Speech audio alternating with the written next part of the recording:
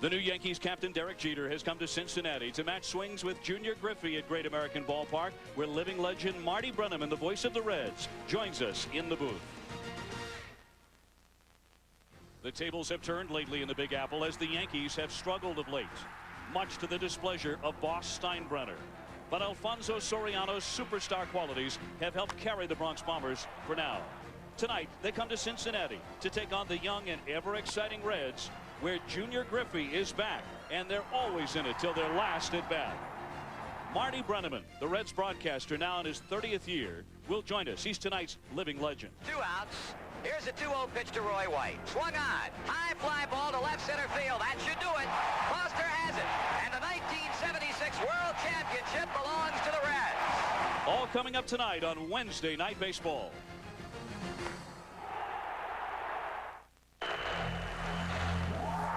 Here's the payoff pitch. It's a hit.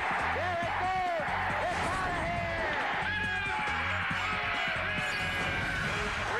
3-2 to bat. Struck him out. The 0-1 pitch. Swings. A liner. Now he's gone into center field. He did it. He did it. Henry.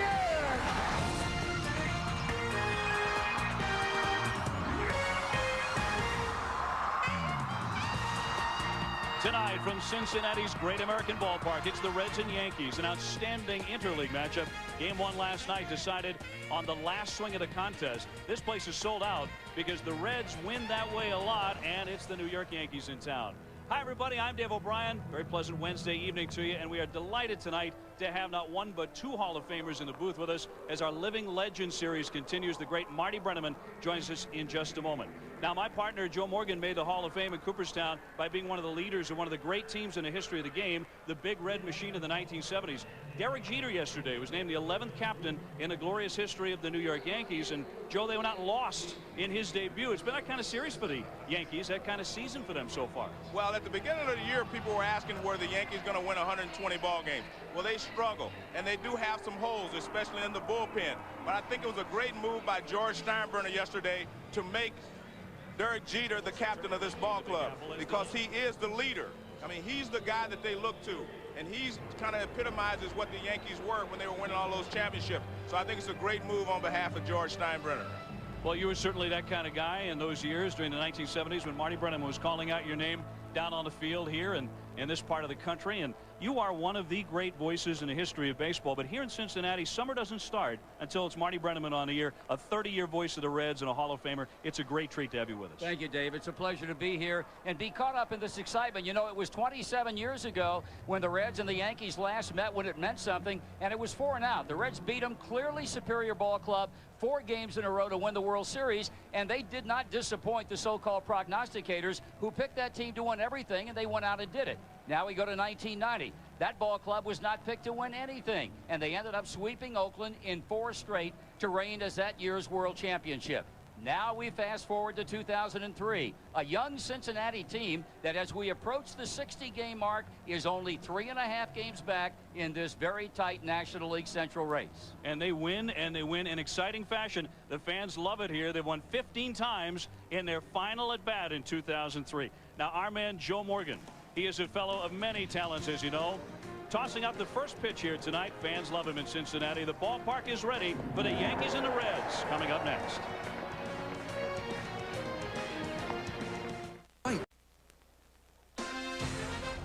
ESPN's Wednesday Night Baseball, brought to you by Minwax. Turn your house into a beautiful home with Minwax wood stains and finishes. And Volvo for life.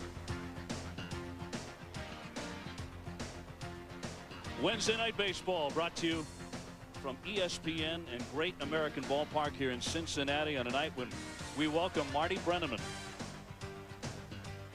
And here is Marty's bio: 39 years as a broadcaster, 30 years with the Cincinnati Reds, inducted into the Hall of Fame, the winner of the Ford Frick Award in 2000, one of our living legends. And there are 3 Cincinnati Reds broadcasters in the history of the game who have gone into the Hall of Fame. Red Barber, Russ Hodges, the other. And here's another Hall of Famer. 1975, the World Series. Joe Morgan, who joins us in just a moment. That was the game-winning hit with 2 out in the 9th inning of game number 7, wrapping up the 75 World Series. Most who saw that series, and Marty Brennaman did, believe it's the greatest ever and the most dramatic ever. And after that ball game was over, a 33-year-old Marty Brennaman went into the locker room, into the clubhouse with his microphone to interview the hero. And here it is. Time this season, this one belongs to the Reds, and it was a big one. Right on. This is the biggest one I've ever played in, Marty. We've come from behind and look like we're dead, but we never die. This is an unbelievable ball club, and I'm just so happy, man. I can't tell you how much. And Pete Rose is unbelievable. Talking 400 miles a minute. He was a little excited, Marty. To be young again. How about that hair, man? You had some hair going on. Yeah. That was what came after the helmet was off. Yeah.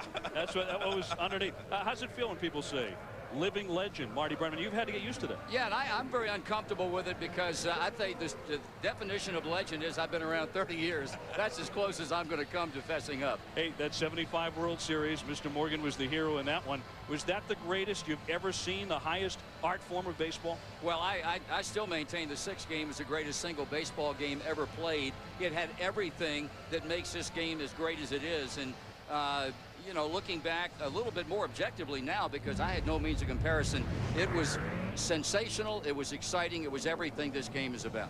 Well, the Yankees have done it 26 times, but they didn't do it in 1976 against the Cincinnati Reds. Derek Jeter's hit in 10 in a row. He's the new captain. Giambi looks like he's starting to heat up a little bit, now with 12 home runs. Mondesi in right field with 10 big flies, and Mike Mussina likes to swing the bat. He gets a chance tonight. And they're up against the right-hander Paul Wilson. He comes in with a 2-4 record and an ERA of 4.80. You may remember this guy. He was a phenom with the New York Mets back in the 1990s, in the middle part of that decade. But Marty, then he blew out his elbow, his shoulder, and here he is trying to make a comeback. Yeah, and I tell you, he's doing a pretty good job, Dave. He's had some good starts. He's around the plate all the time. He rarely walks anybody, and he's had to make himself over. He was a power pitcher. He came up with Billy Pulsifer and Jason Isringhausen. They were a huge threesome. He had arm problems, surgery, and now he's a finesse pitcher, predominantly a sinker ball pitcher. We'd like to welcome those of you who have been watching the Seattle Mariners and the Philadelphia Phillies as the sun has come out suddenly here in Cincinnati. It had been kind of a gloomy day. Now defensively, the Reds are a team with a lot of holes. They've got Dunn, Griffey, and Kearns in the outfield. The infield, well, a couple of young kids up the middle, and Marty, they make a lot of errors, 61 errors, more than anyone in baseball. Yeah, and the alarming thing about that, Dave, is that they show no signs of really improving upon that. And as we all know, you've got to play solid defense, especially up the middle, if you're going to be a factor in whatever division you're in, and they simply have not been that. Well, one thing about listening to a Marty Brennaman broadcast, being on radio or television, doesn't pull any punches. He's going to give you the clear and accurate details of what happens in a game among the most credible guys who have ever sat in a broadcast booth. And it's a real treat for us to have you with us here tonight. We had Kurt Gowdy in Boston, Marty Brennaman in Cincinnati. It doesn't get any better than that. No, it doesn't. And it's an honor for me to be with him because, like you say, he called all my games all those years. I worked here as a broadcaster, but I never really had a chance to work with Marty, so I'm looking forward to tonight. Derek Jeter to start things off, and then it's Hideki Matsui and Alfonso Soriano against Wilson, who has never defeated the Yankees. He's 0-3 in his career against them. And remember, Marty, they hear me all the time. You're the guy. I mean, no, like I'm not the guy. Yeah, you're like Kurt Gowdy. I mean, when Kurt was here, it was his night. Tonight is Marty Brennaman night. O'Brien and Morgan carry Brennaman. That's the equation. That's not what I got. That's not what I got in the memo. Now, no question about it. Marty Brennaman, one of the greats in the business, and your very first regular season game. This is astonishing to me. This is how you know you're touched by angels, I think. Very first regular season game behind a microphone for Cincinnati. What happened? It was against the Atlanta Braves on opening day in 1974. Base it up the middle by Jeter. That runs his hitting streak to 11 in a row. And, you know, I'm sky high. We're at Riverfront. The place is packed. I've never experienced anything like that. And the Atlanta Braves against Jack Billingham get the first two guys on in the first inning. And Jack falls behind 3-1 to Henry Aaron. He hits a line drive over the left field wall for home run number 714. And my partner then on radio, Joe Nuxall, who is now 30 years later, he went to a commercial break. And when the inning finally ended, Joe said, "What in the heck do you do for an encore?" Yeah, all downhill from there. All of it, every bit. Hideki Matsui, the center fielder, hitting .250 with 3 homers and 33 runs batted in. Matsui was George Steinbrenner's main man of criticism lately, as you look at Joe Nuxall, who is in the broadcast booth without you tonight. But for 30 years, you guys have essentially had a marriage in the booth. It's amazing. I think we've gotten along so well, Dave, because we're both left-handed, and as you know, left-handers are a little bit off kilter from most people. Johnny Bench subbing for you tonight, another Hall of Famer. Yep, and it'll be an interesting broadcast. It really will. Yeah, it will be. Won't it, Joe? Yes. There's JB. I mean, it is very much like a marriage, though. I know you'll agree, and I think that Joe Morgan will agree, because for, what, 14 years now on Sundays, it's John Miller and Joe Morgan on Sunday Night Baseball. Although, is that more of an engagement because it's only once a week? Only once a week, okay. I mean, Joe and Marty, it's every night. They're every day. You're right. You guys are not married yet? No. Oh. Matsui waiting on Wilson with Jeter at first base, and now the right-hander will step off. And I know that, you know, it takes some getting used to over the course of that many years and that much time in the company of another guy. And in Joe's case, he's had to get used to John Miller's ties. Especially. And John's had to get used to Joe eating for 9 innings a game. And I don't know how he stays this slender, but any big blow-ups, any friction between you guys? You seem to get along absolutely famously. One night about 22 years ago, we were in Houston. He left me in the booth in the ninth to go down to do the Star of the Game show. The Reds had a 2-run lead. Houston tied it up. The game went 16. Never came back. I was hotter than a match. Wow, he's pretty sharp. I mean, yeah. Get the heck out of there if you know what's. Hey, once you leave, you don't come back. No, not in the old Astrodome. You don't. That's true. That's a hike. When it goes 16 innings. Oh, absolutely. Yeah. Oh, I know. Yeah, that used to be the most difficult ballpark to negotiate. It was, you know, chasm after chasm. It was very tough to make your way around there, and it took forever to get back up to press row. It really did. Matsui pokes that one foul and out of play. You were mentioning Matsui.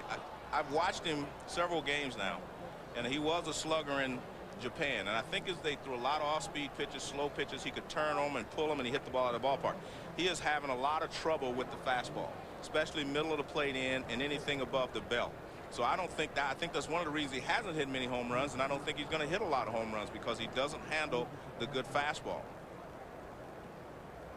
The 1-2 pitch, and again he gets a piece but knocks it off into the stands. Soriano up next. George Steinbrenner's come out and blasted Matsui, and maybe he wasn't wrong about the power outage because he's only hit 3. Marty, 50 last year in Japan. Smaller ballparks, slower pitches, the whole deal. This here they and I talked to Bobby Mercer last week, and he said they are really not pounding him in. But this is the longest he's ever had as far as a power outage, even in his days as a 3-time MVP in Japan.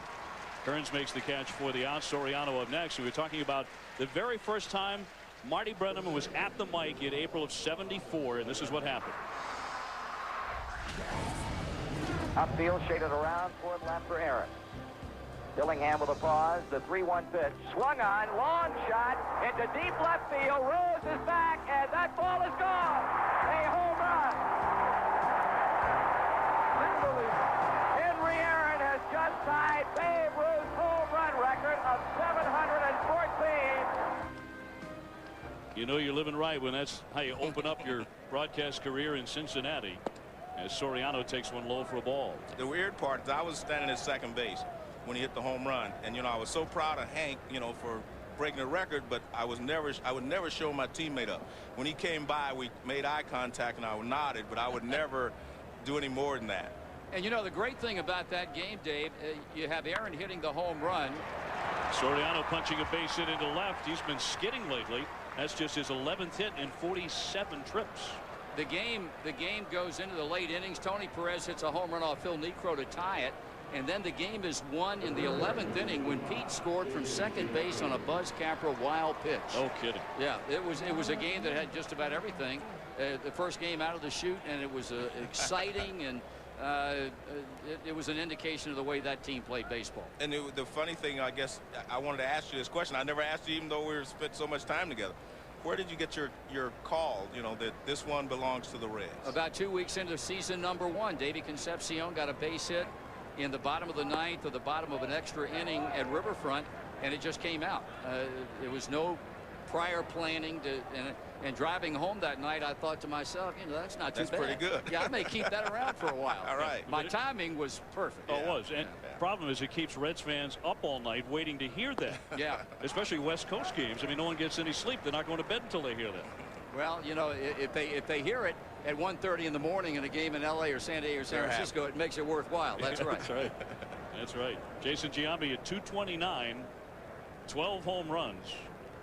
He had one of the 5 Yankee hits in last night's loss here. Cincinnati won it in the bottom of the 9th as he cracked his 12th home run of the season. But he does appear to be warming up. He has 10 hits in his last 26 at bats. I talked to him before the game, and he said he's now over his eye problems. You know, he had an eye infection early, and he was just losing the ball about 15 feet from the plate, and he was having trouble. He said he's seeing the ball much better now. Had been wearing sunglasses sometimes for night games. Marty, had you ever heard of that before, where a guy scuffled that badly with infections? He had a staph infection. They actually had to scrape his eyeball last week. Apparently it worked, but it doesn't sound like a lot of fun. No, that sounds a little bit uncomfortable. I've never heard that. Yeah, but he also said that, you know, they were struggling. Some guys were hurt, so he had to play.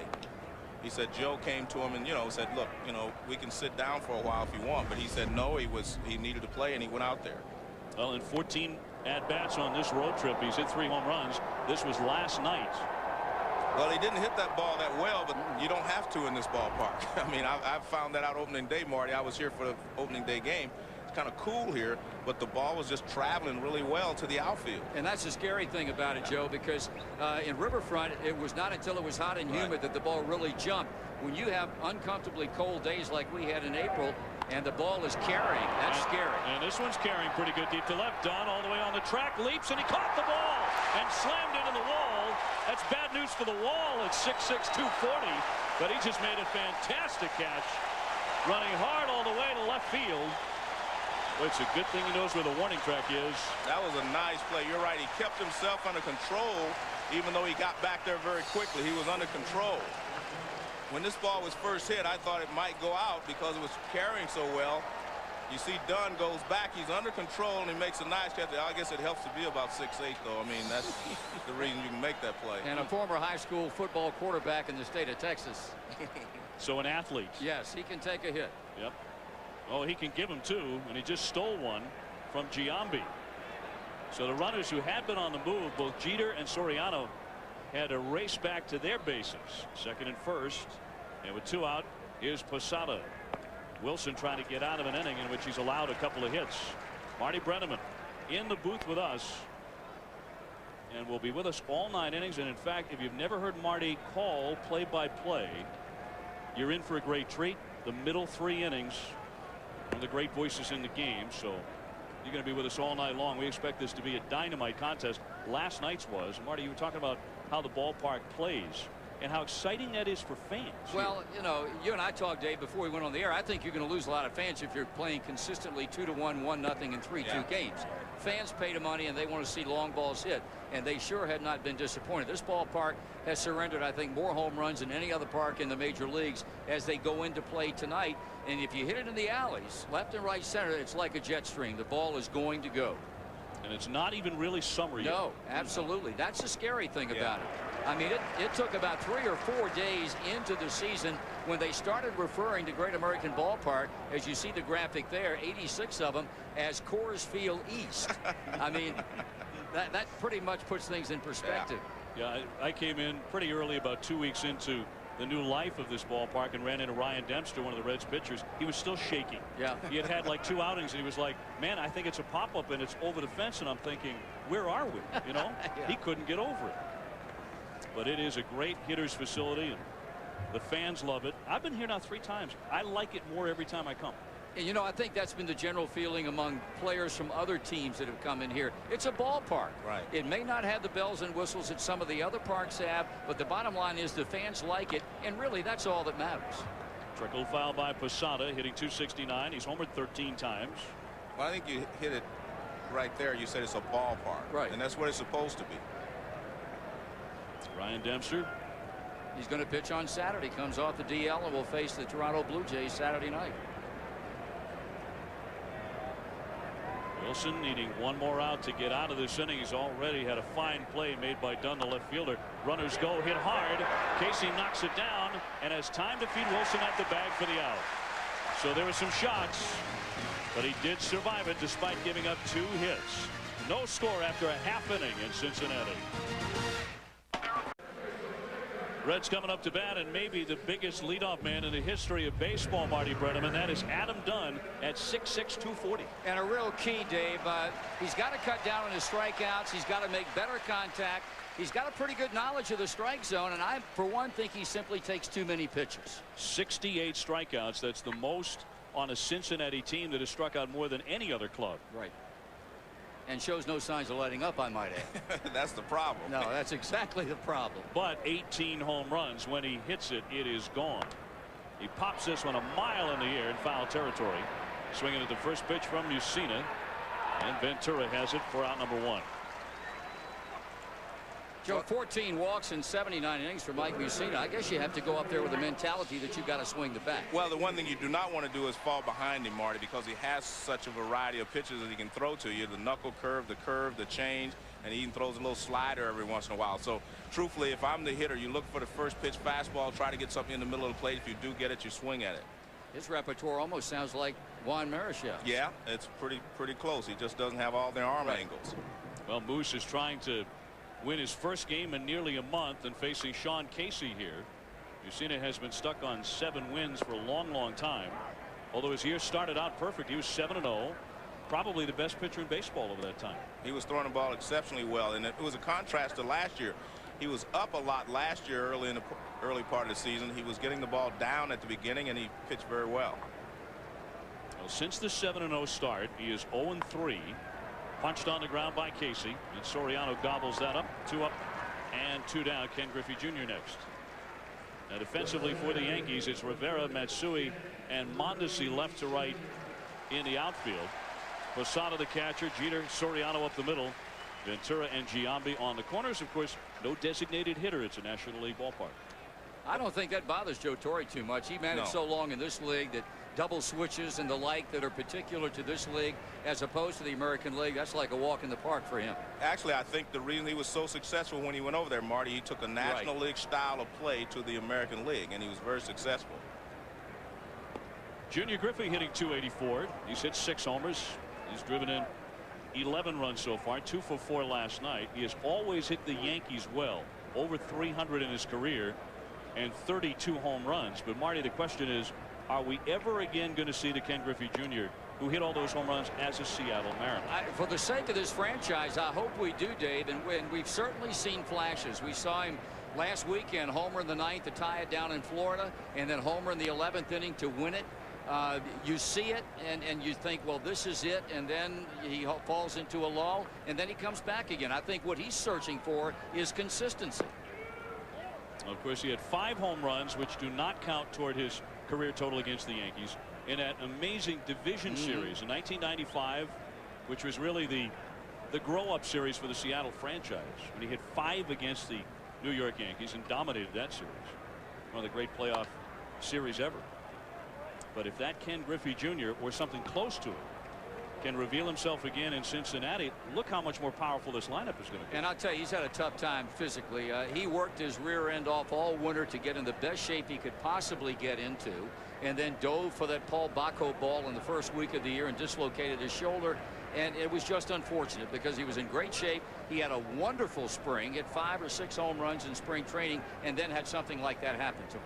The 1-2 from Mussina into the dirt. That evens the count. Base is empty, 2 out.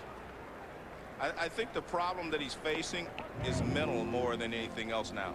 You know, he had such a letdown because he was in great shape. I talked to him opening day. I was here and everything was great. He's looking forward to it. And then the next time I talked to him, he wasn't doing so well. So, I mean, just mentally the part of, you know, the depression of working so hard and then having to start all over again. Another one low. Stopped by Posada and a full count. On deck, Austin Kearns. Another home run threat if Ken Griffey Jr. gets on. But I think he still has enough time because he's still pretty young that if he continues to work hard in the offseason, keeps himself in good shape, I think we will see something close to what we saw before. We may not see exactly what he was before, but something close. And the key is working out in the offseason. Right. Ground ball sharply, but Jeter gets there and from behind second throws him out. Mussina off to a good start. He sets down the Reds in 1-2-3 fashion. We're scoreless after 1 at Great American Ballpark. Back in Cincinnati, Marty Brennaman, Joe Morgan, and Dave O'Brien with him. Great night for us here on ESPN as we continue our Living Legends series. And Marty Brennaman, the voice of summer in Cincinnati and throughout the Midwest. The Yankees coming up to bat, and Robin Ventura with a swing and a miss. He leads off the frame, and it's Mondesi and Rivera. You know, I can remember as a college kid driving from Virginia all through the state of Virginia on a beautiful summer day on my way up to the Syracuse campus. Pretty good hike. Had a baseball game on the radio. Listened to a Marty Brennaman game from the very first pitch all the way to the end of the post-game show. I can't remember ever doing that before, but it was such an enthralling experience, such a terrific broadcast. It was one of the things that made me even more want to become an announcer. Thank you, David. That's and it was just nice. such a treat, and I know millions and millions have experienced it too, but I listened to about 4 hours of baseball and felt like it felt like 15 minutes. Well, that's awfully kind of you. It's I was blessed to come to this town, and my timing was perfect. And 30 years later, if somebody had told me in '74 you'd be in Cincinnati in 2003, I don't know that I would have believed him. Looping line drive and out of the range of Lopez, the shortstop. So it's a base hit for Robin Ventura, the third hit off Wilson. Now, you and Joe Nuxhall, your partner of 30 years, had quite a thrill recently. It was Marty and Joe bobblehead night, and here's the likeness. What do you think? Well, they've got the hole in the back of Joe's head, but they didn't put the hole in the back of mine. I told him, I said, you know, you don't have to suck up to me. I said, I got a real problem back there, and that's the only thing and I also kid him. I said, it looks like Phil Hartman and Joe Nuxhall. I think they're pretty sharp. They are absolutely sharp. Adorable. Yeah. There's Joe Nuxhall working tonight with Johnny Bench. Yeah, Joe's got a major league hole in his head. Fly ball well hit into left center, but Griffey Jr. on the back pedal hauls it in to retire Mondesi. Ventura back to first. Rivera up next. Now, what would you have done had you not been a play-by-play announcer? Where were you headed? I'll tell you what, I probably would have been a professional actor. Ooh. I did a lot of theater work in high school. In the first 2 years I was in college, had every intention in the world of going to New York, and my parents put me in touch with a couple of guys that were working off Broadway, and they were starving to death. And I realized maybe you don't have the stomach for it that you think you do. Yeah. Oh, mom and dad. Yeah. Mom and dad know best. That's right. I mean, I will hesitate on that line. I mean, you were kind of a hesitate prima on donna. what line? Well, you were kind of a prima donna when I met you, so, you know. Yeah, but you and Pete brought me down to size.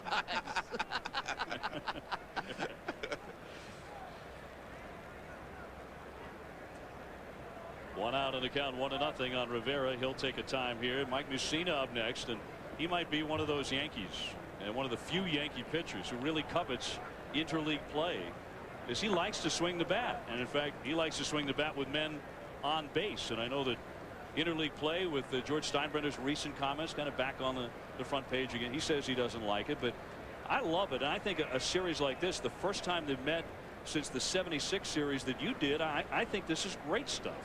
And last night, a wonderful way to start it. I tell you, I think anything that gains the fancy of the fan is good for the game. And that's why I've liked interleague play from the beginning, and I still like it now. And I realize that there are some shortcomings, some negatives dealing with interleague play. But overall, when you can have a Yankee team come into Cincinnati and sell out for 3 straight days, and Toronto coming in over the weekend, and the attendance is going to be big for that series, I see nothing wrong with that. I really don't. The only thing I would change is that when the National League team goes to the American League, you play National League baseball, and when the American League comes to the National League, then you use a DH. Let the people in those cities see the game the way it's played in the other league. Very interesting. You know, I'd never heard that before as an idea, but that would be a rare treat for those fans. Sure. Little topper on the infield. Omeda with a hard charge. He'll flip it on to first as Ventura advances to second. We were talking about that '76 World Series and talking about Johnny Bench. Danny Treason holding his ground at first base, and here's a pitch to Bench. Swung on and hit deep left field. That might be his second of the game. It's gone, a home run. Here's a 2-0 pitch to Roy White. Swung on. High fly ball to left center field. That should do it. Foster has it. And the 1976 World Championship belongs to the Reds. And indeed it did. And not only that, but in 4 games, Johnny Bench the MVP. Yeah. It was an interesting World Series. So many of our guys had never been to Yankee Stadium before, just like they had never been to Fenway Park before. And clearly the better team won. There wasn't any question about that. You know what was amazing to me about that year is, I remember in '76 we were starting to play the playoffs in Philadelphia, and one of the writers came over and said, Joe, what do you think? I said, I really think you're going to see something really special from this team the next couple of weeks. I said, we're all completely healthy. High chopper up the middle. Lopez will fire on to get him. And we'll finish that story when we come back here in Cincinnati. One hit, one man left for the New York Yankees, trying to get back into the win column tonight here in Cincinnati. Peter.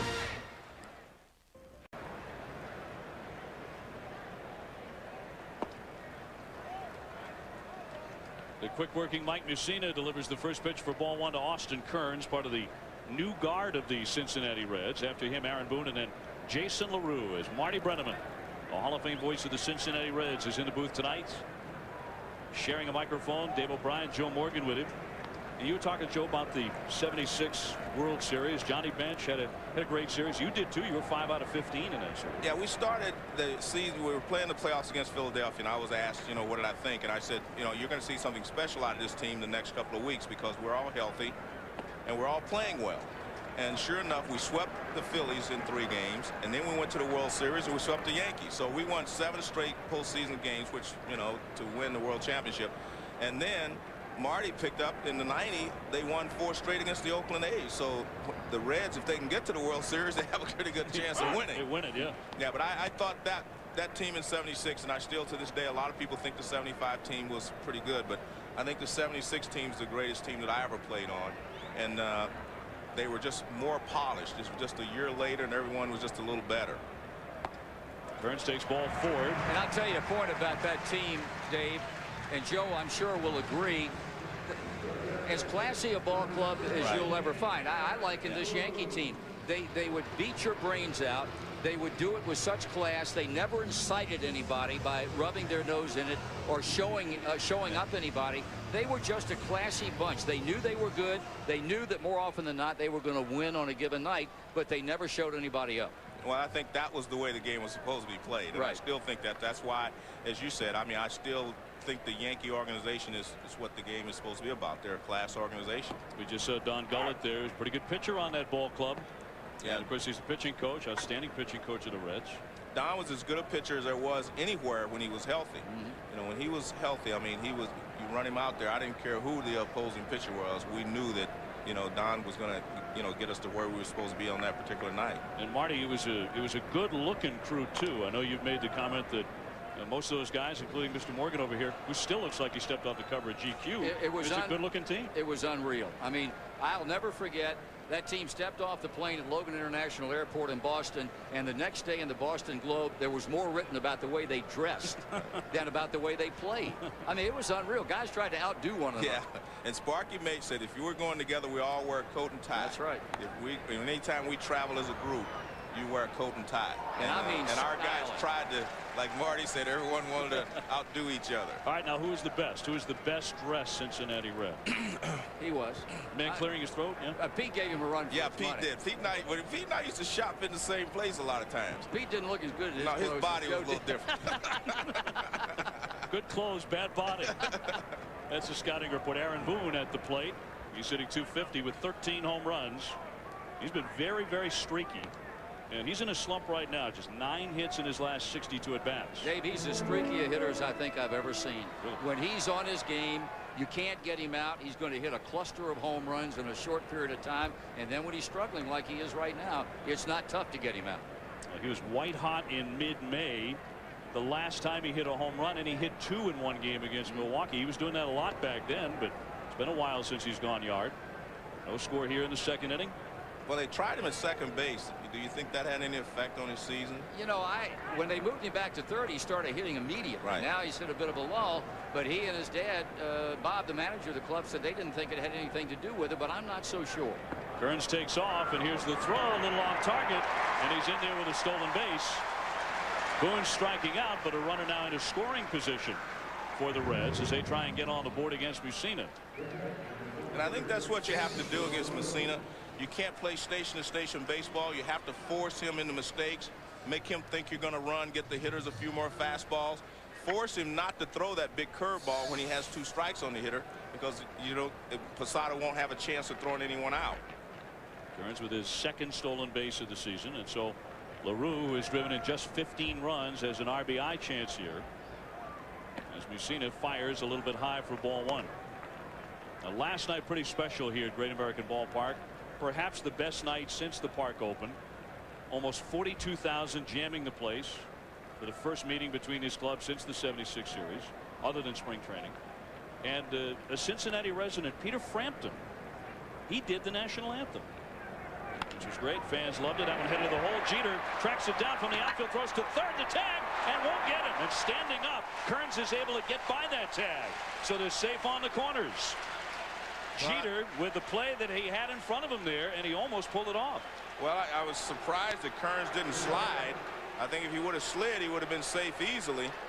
The ball's hit deep in the hole, and I think he felt like it might go through. And it's a deep ground ball, so he's going to get a shot. See, if he slides, now watch this. If he just goes in sliding, I mean, it's not even a problem. And I'd have to question, you know, whether he's safe or out, because he caught the ball in front of him. It almost looked like Ventura trapped the ball up against the abdomen. Yeah, see, that appears there. It looks like he might have been out. I tell you, I'm not so sure that Tim Foley didn't get decoyed too, because I don't think Foley gave him the slide sign. Good point, because he should have been sliding right there. Sure should have been. And then he would have been safe easily. And maybe the element of surprise too. You don't see Jeter very often, but if you do see him, he makes that kind of play all the time, or at least tries to. But I think that's the only play he had on that particular play, was to go to third, because if he lets it go in the hole, he's not going to be able to throw LaRue out. But it's just a heads-up play by Kearns. He just needs to slide. So here's Felipe Lopez, who is the much maligned young shortstop of the Cincinnati club, and that's because he's made 15 errors, most in the major leagues, contributing to that walloping total of 61. He's taken a lot of heat, Dave, and you know, I've said a number of times on the radio, I really believe that they've given this kid this kind of shot simply because they have to justify having traded the best pitcher that they had last year in Elmer DeScends in a 3-team trade. I don't think another player in baseball would have been given this kind of shot to have produced so little at the plate and also in the field. He may one day be an outstanding player, and you see certain plays, he's got a gun for an arm, but at the plate, he is so grossly overmatched, you feel sorry for the kid. Yeah, a lot of guys feel that way, Marty. I talked to some other people last night, and they feel like that, again, they're keeping him here to justify the trade, and he would be better served being in the minor leagues, learning to play, and then come back to the big leagues and be a good player. Mussina pins that one to the corner, and now the count 2-1. Lopez did strike out 3 times last night, although the Reds would win that game 4-3. I mean, last year, shortstop was a very good position for Cincinnati defensively. Just 20 errors the whole year. Already 19 errors at that spot on the infield. And you know, the interesting thing about that, Dave, is that Barry Larkin was out with injury last year like he is now. Aaron Boone played more shortstop last year when Barry was out, and Aaron Boone did a great job at shortstop. Which begs the question, is Boone the guy maybe headed back to short? I'll tell you, if this kid could find himself, go to Louisville and play and get his head together and get his game back and go to third, which many people will tell you that's his best position. And then you move Aaron to shortstop. I don't know that they've even talked about it, but to me it makes a heck of a lot of sense. Well, it makes a lot of sense that they need to let the kid learn to play before they throw him into the lion's den. They lead at first and third. Nothing across yet for Cincinnati, and that's in there for a strike. Lopez caught looking, and he's hearing it from the fans here at Great American Ballpark. But that's an illustration of what Marty's talking about, being overmatched. He didn't swing one time, and here he is trying. You should be trying to put the ball in play. Runners at first and third with 1 out. Just put the ball in play, and he took all 3 pitches for strikes. I mean, he didn't swing once. And again, I mean, it has to be a little bit of stage fright, a little bit of intimidation because he's being booed and because he is overmatched. So, you know, I guess Marty can't say it, but you can't blame the kid. You have to blame somebody else. Absolutely. Who's making those decisions. Well, that's the 56th time he has struck out this season. And that brings up Ray Olmeda, who is hitting 300. But it's not about striking out, Dave. I mean, it's just what happened right there. You're in a first and third situation. All you want to do is put the ball in play. If you hit a ground ball, they're not going to double you up. And he didn't swing at all. That kind of tells you something about his lack of experience and understanding about the game and where he's supposed to be at this point. And again, you know, you hate, and like Marty says, you know, you feel sorry for a guy that's put in a no-win situation. Is basically what it is. Well, how about Ray Olmedo now? Marty, he's 21 years old from Venezuela. He's pretty green, but they think a lot of him. He's pretty fast too, isn't he? He's been in and out of the mix. They talked so long about how deep they were at shortstop, and a kid Gookie Dawkins couldn't hit. They eventually traded him, and Barry has been in and out with injury, and now Olmedo's up here purely by necessity. He was at Chattanooga, where he was hitting around 300. We've seen him the last couple of years in the Red Spring training camp. Very gifted defensively. The only question, obviously, and the same thing applies to Lopez, what is he going to do for you offensively? That's the big question. If he gets on, they may decide to cut him loose when he does get regular at bats, because he stole 38 bases at A-ball a couple of years ago. Runner at first goes, and a chopper back to Mussina, who's won 5 Gold Gloves and shows off his form. Maybe stole a hit from the speedy second baseman.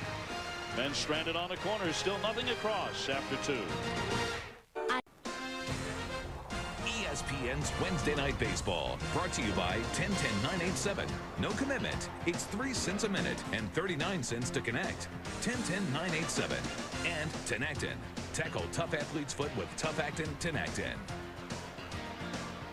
Wednesday Night Baseball in Cincinnati. 2 Hall of Famers in the booth. Marty Brennaman, Joe Morgan, along with Dave O'Brien. Nothing here. Lopez was a late addition to the lineup. And at shortstop, Olmedo moving from short over to second base.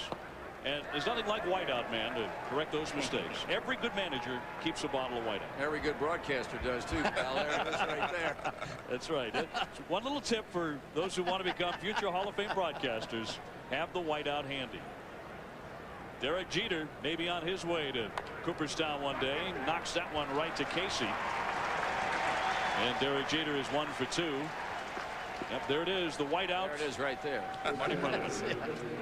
I couldn't live without it. Going to be on eBay in about an hour. That's probably Sign right. that, yeah. Yeah. Outstanding. Well, he needed that a little bit tonight. Bob Boone did, but not too many nights that Joe Torre needs whiteout for his lineup. He doesn't have to mix and match too often. It's a great trip for Joe Torre. There's his lineup for this evening. But I know that his wife is from Cincinnati, and this is a terrific time for him and his family. It really is. Alice comes from a huge family on the west side of town. Her maiden name is Wolterman, and Joe has just been wonderful to their family and vice versa, and it is. And of course, Don Zimmer from Western Hills High School, he's back in town. So it really is a nice fit that the Yankees come into Cincinnati as you look at Zim for interleague play. Joe Torre also hit his first major league home run in Cincinnati as Mitsui comes up empty. Wilson strikes him out. And in fact, Joe Torre owns 3 seats from Old Crosley Field, which sit in the backyard of his home. He told me yesterday the last time he watched a game in Cincinnati was in 1995 when the Reds and the Dodgers played in the division series, and he was living here at that time. He spent that winter in Cincinnati, and the last time he'd seen a ball game here. Here's Soriano now, base hit in the first inning, but he's been sliding. His batting average had dropped underneath 300, but 17 home runs tops in the American League. And Marty, I know that, like a lot of serious baseball fans, as close as you get to Soriano until this series is to see him on highlights and in spring training when the Reds and the Yankees hook up in spring training. But you called that big home run of Hank Aaron's, number 714. Does this guy remind you to some degree of the Hammer? There are a lot of people that say he reminds, and Joe probably is better qualified to answer that question than I am. But when I hear people say this kid could be the first 50-50 player, I say, wait a minute. Yeah, I think he's a great player. I think he's going to be a great player. Line drive rocketed into right field, went the other way, and he's 2 for 2. He does not remind me of Hank Aaron, but I understand what people are talking about. He's kind of tall and thin. He looks a little bit like a young Hank Aaron, and they're talking about he has great hands, at bat, in his swing. Well, what I like about him is he just does everything. I mean, he has so much ability, and he'll do this. He'll take the ball the other way. He's not just a dead pull hitter. When he starts pulling a lot, is when he gets in trouble, because they throw him a lot of breaking balls, that Joe Torre says, and he swings a lot of bad pitches. But he is a special player. He has special ability, and I think he's going to be a big star for a long time. But I have to temper some of these things sometimes, because when I think of Hank Aaron and Willie Mays, you know, I just think of a little different than what I see on the field, in today's game. And it's a little early for Soriano to be tossing around those kind of comparisons. Right. There are a lot of great players. I think there's so many great players in the game today, individuals, that, you know, it's really special time for baseball. I mean, a lot of great players. But, you know, I still think of, you know, there have been a few special players that I've seen play in my lifetime. And, you know, Willie Mays, Hank Aaron, those guys, Dan Musial, Ted Williams, Frank Robinson, some of those guys, I still have to keep that pedestal pretty high when you start mentioning those guys' names. Yeah, I think there's so much of a tendency today to find a young player with talent and say, well, he looks like a young so-and-so. Yeah. I wonder if they used to say that about Ted Williams as a young Ty Cobb or something like that. Yeah. I don't think so. No, they didn't. Knocked down, batted down at the plate by LaRue, and that holds Soriano. Big-time base-stealing threat at first base. Now, on Sunday, I know that Joe Morgan and John Miller will be talking about this, centering around Soriano. Which player, age 25 or less, is most likely to wind up in the Hall of Fame? Of the guys on this list, and Soriano might be the lead candidate on that list, which is a little bit pitching heavy. Maybe it's Alfonso. I don't know, boy. I love Albert Pujols. Hey, there is not a better young hitter anywhere than Albert Pujols. Absolutely not. Swinging a deep drive, and forget about that. It's already gone. Wow, a shot by Giambi. I think he is locked in. It looks like his eyes are clear. And pitchers around baseball are dreading what's going to happen next. His second home run in 2 nights. An absolute bomb by Jason Giambi. Number 13 for the Yankee first baseman. Well, he was robbed on a great play in left field by Dunn his first time up, but he gets all of this one. A low fastball in. They were trying to go away, and they got it down and in, and that's where some really strong left-handers can put a charge into one. And that one is that's a big fly right there. That's not a cheapie right there. In any park. Yeah. No. So 13 homers, 37 RBIs, and he's not supposed to be having a good year. Batting average-wise, he is not, but the power numbers aren't too bad for the former MVP. So it is 2-0. The Yankees get out in front. Now this weekend, they'll be taking their traveling rock circus, and that's essentially what it is for the Yankees, on to Wrigley Field. Sunday Night Baseball, of course. Roger Clemens going for number 300.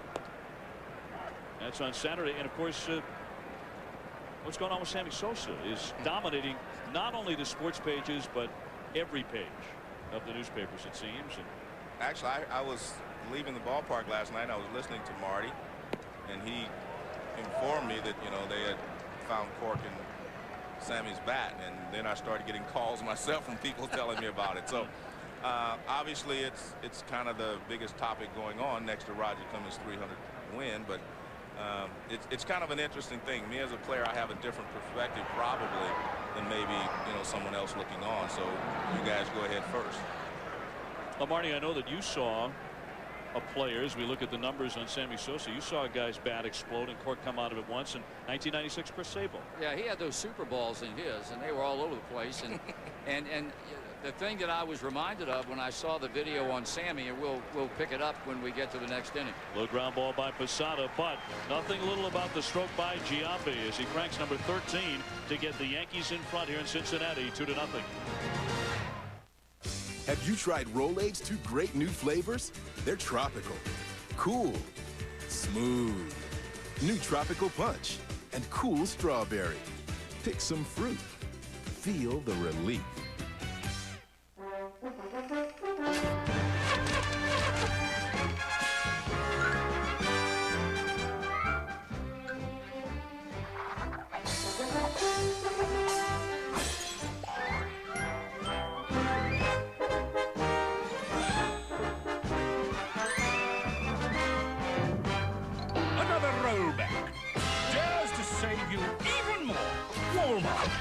Always low prices, always.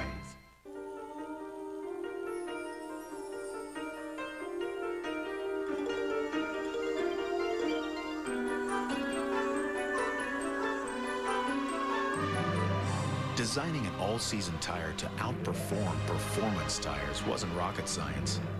Then again, maybe it was. Pilot Sport AS, our most advanced C-rated tire ever.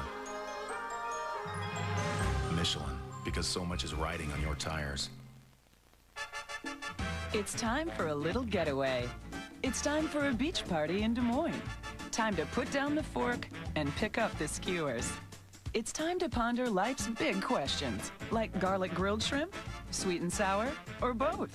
It's time for Red Lobster's Mix It Up Shrimp. Choose 2 flavors from our new sweet and sour, new garlic grilled, and some traditional favorites, all served with our famous Cheddar Bay biscuits and salad. Mix It Up Shrimp for a limited time at Red Lobster. Looking for a Giambi with a 2-run blast in Cincinnati, and there's a shot into right field by Paul Wilson, but right at the bill cap of Raul Mondesi for the out. Giambi's 2-run homer has given New York a 2-0 lead. Marty Brennaman, Joe Morgan, Dave O'Brien with it. Marty Brennaman, beloved here in Cincinnati for 30 years, a 12-time winner of the Ohio Sportscaster of the Year honor. Give somebody else a chance to win one of those things once in a while, will you? Shoot, it's been so long since I've won it.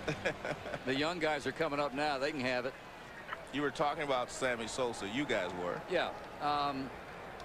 The thing that I was reminded of when I saw Sosa's reaction last night, which to me was rather subdued, and it was the same kind of reaction that we saw from Chris Sabo that night. That's interesting. Which made me think that I'm pretty sure in Sabo's case he knew what the deal was. Yeah. And then, you know, the way I feel, and I'm sure Joe will respectfully disagree with me, I went back and looked today, and counting all the walks that Sammy's had in his career, he's had almost 8,000 at-bats.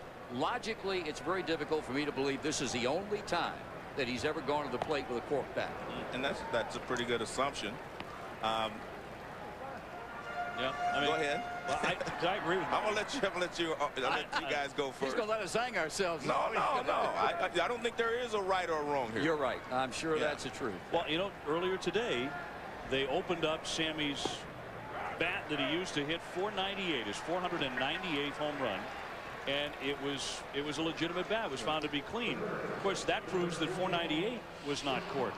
Not necessarily anything else, but there's been a lot of talk about batters using cork bats in batting practice over the last 24 hours, and that's what I wanted to get Joe's thought on, because I know you've done that before in batting practice. Yeah, you know, it's very difficult because for me, because I see both sides of it. There's definitely, he's wrong. First of all, let's just leave it at that. You know, let's throw that out there. You're wrong to use anything that's illegal. Right. So let's leave it at that for that point. But I used the bat in batting practice. I played in Candlestick Park. It was so cold. So Dwayne Kipe and we had a couple of bats, you know, doctored up so we could use them in batting practice. We used them in batting practice, and it didn't seem to help. So we just said, heck with this, throw them away. Not that we were going to use them anyway. We just wanted to find out because we'd heard so much about it. And I'll finish it when we come back. Mike Messina's doing a great job here. Well, he gets him 1, 2, 3. And when we come back, it'll be the great Marty Brennaman stepping to the play-by-play microphone along with Joe Morgan. Come on back. It is 2-0. The Yankees leading the Reds in Cincinnati.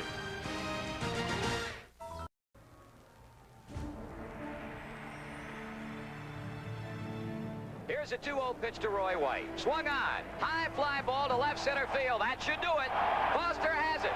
And the 1976 World Championship belongs to the Reds. The 2-2 to Woodson, and here it comes. And it is swung out and missed. And Tom Browning has pitched a perfect game.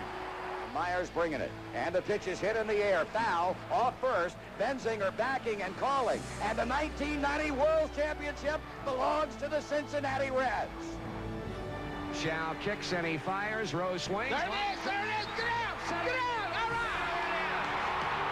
Hit number 4192, and it is pandemonium here at Riverfront Stadium. And the kind of outpouring of adulation that I don't think you'll ever see an athlete get any more of. The voice of the Cincinnati Reds, and ladies and gentlemen, here he is, Marty Brennaman. Thank you, Dave. Hi again, everybody. We're in the top of the 4th inning. Reds trailing 2-0 on a 2-run home run by Jason Giambi in the last inning. Robin Ventura leading the inning off for the Yankees, and Paul Wilson with a count of 1 ball and 1 strike to the Yankee third baseman, who's had an outstanding big league career, played for both New York franchises, and has been a plus both on Long Island and also in the Bronx. Ventura with a single in the 2nd inning. Wilson running into 2-out problems in the 3rd. He got a ground out and a strikeout against Jeter and Matsui, but then Soriano singled to right and Giambi played long ball.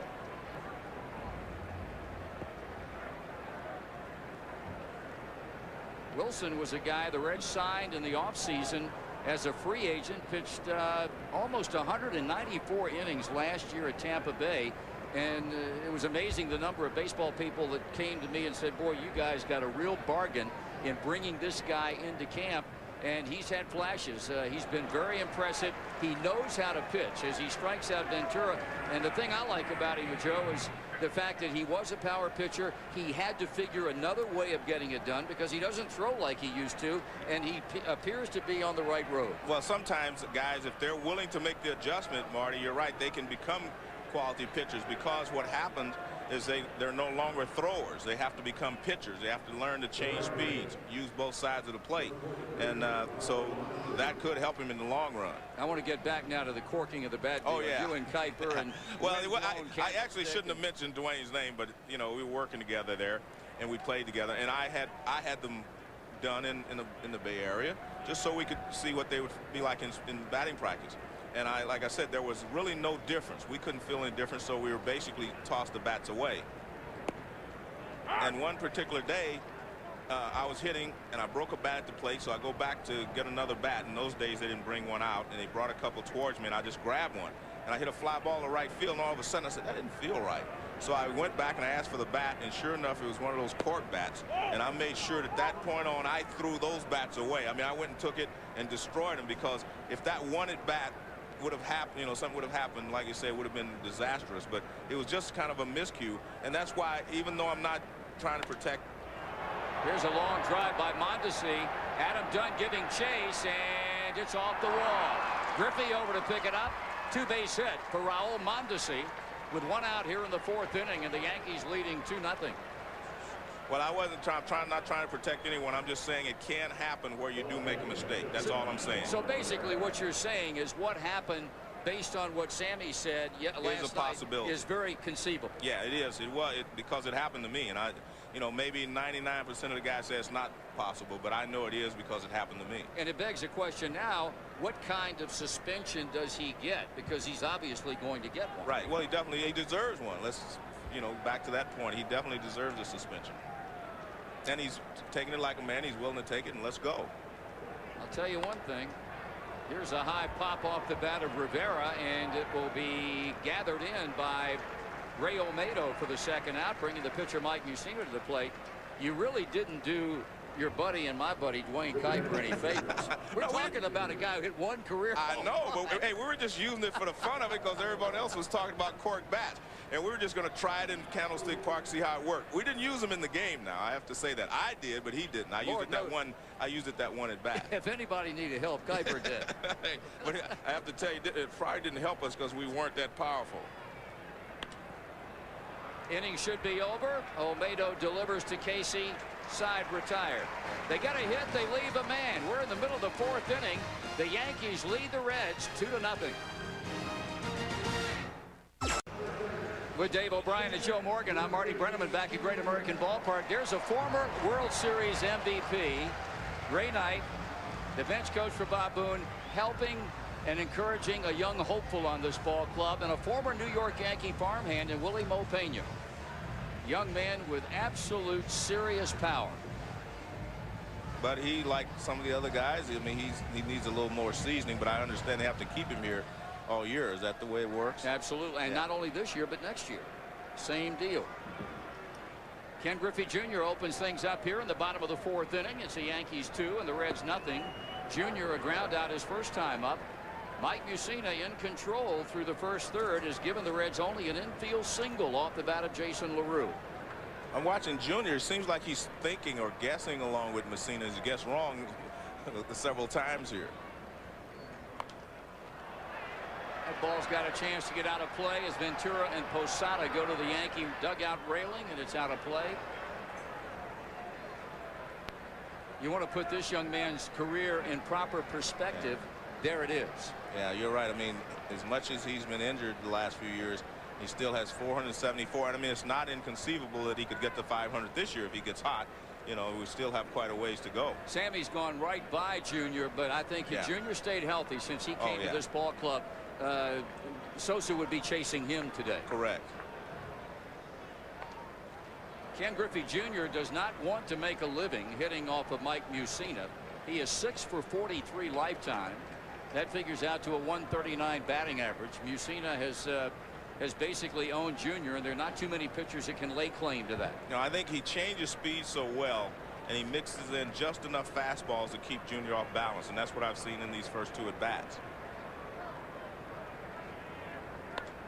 And you see right there, he's kind of reaching for it. Not a good swing there by Jr. because he was behind the count. Mussina made a good pitch, and he just kind of reached for it. And boy, you got to love a guy like Mike Mussina. He gets in perfect position to field his position on balls that are hit back through the middle. And that's almost a lost art, Marty. Guys are finishing all over the place, but you're right. He's got a perfect position. You know, because we're always told the pitchers, you become an infielder once you release the ball, and that's the way they should think of it. Here's Austin Kearns. He is the owner of the only walk that Mussina has allowed tonight. He ended up at third base in the second, the only inning in which the Reds have threatened. In fact, they missed a golden opportunity in that inning with runners at first and third, but Mussina then struck out Lopez looking and got Olmedo to bounce back to the box. I always thought Mike Mussina was a National League kind of pitcher anyway. I mean, he plays like an extra infielder, but of course he likes to swing the bat. Hasn't swung it enough in his career, just 7 or 8 times, but you could put him in a Cincinnati Reds uniform, not to give you any ideas here, Marty. But, yeah, I hear you. And he'd be very much at home, I think, in this park. You got to love an American League pitcher that likes to hit. Yeah, and he also has a good pace to his games. He doesn't just stand around. He's ready to throw. Derek Jeter, not a problem. And with 2 down in the inning, it'll be Aaron Boone stepping in. Hey, on the topic of guys who could field their position rather well, how about 16 Gold Gloves tied with Brooks Robinson for the Major League record? That's Jim Cott in the Yankee booth. One of our old pals. He was a pitching coach under Pete Rose here in the 80s when Pete managed this ball club. He's gone on to bigger and better things in the TV world, and quite a guy. Yeah, and he was a quick worker also. Quick. Yeah. I can remember games when he was in Philadelphia, and we'd get out as quick as we could when an inning ended. He'd still thrown 3 pitches by the time we came back. You love those guys on Sundays, don't you? Don't you? You're getting away. It's getaway day. You got to love to have Jimmy Cott on the mound.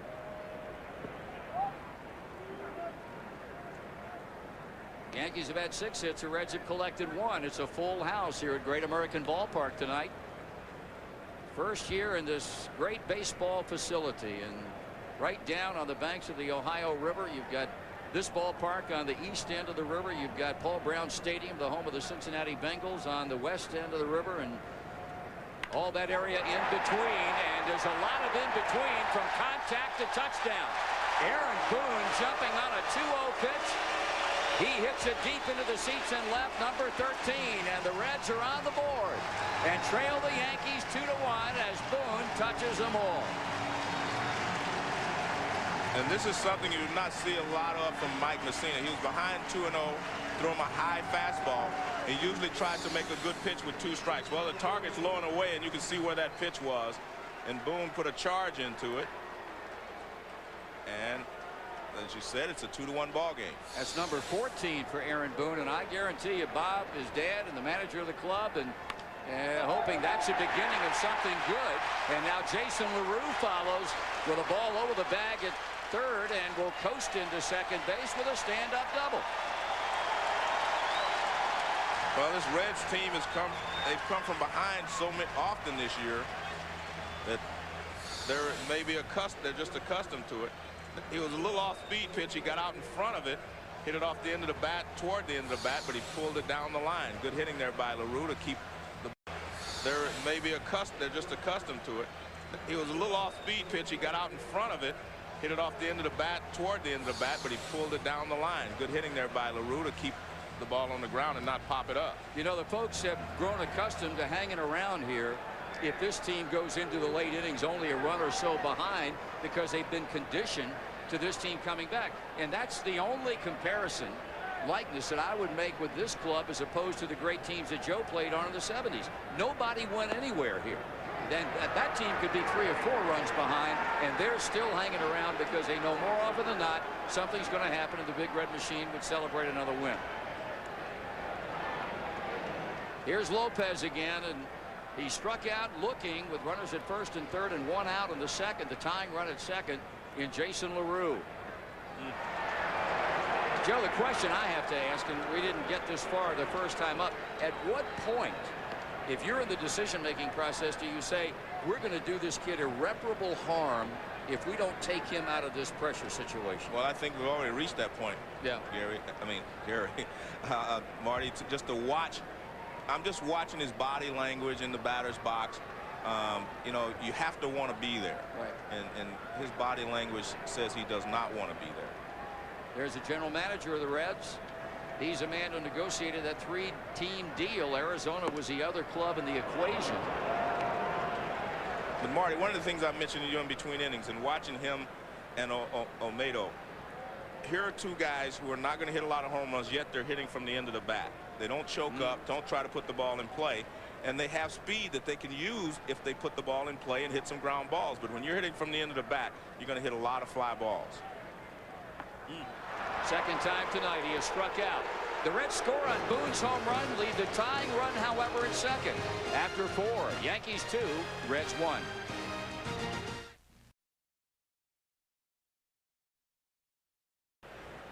Indeed, some of the culinary delights that they are grilling up here for the edification of the fan at Great American Ballpark in Cincinnati. 2-1 the score as we go to the top of the 5th inning. It's the top of the batting order for the Yankees. Dave O'Brien and Joe Morgan. I'm Marty Brennaman. Jeter at the plate. Jam job. Nice play by Wilson. And he throws him out. Well, on the topic of hits, let's go back to Pete Rose's crowning achievement with Marty Brennaman at the microphone.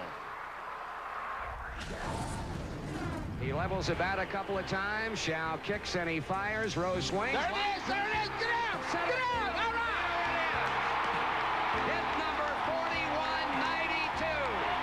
A line drive single into left center field. A clean base hit. And it is pandemonium here at Riverfront Stadium.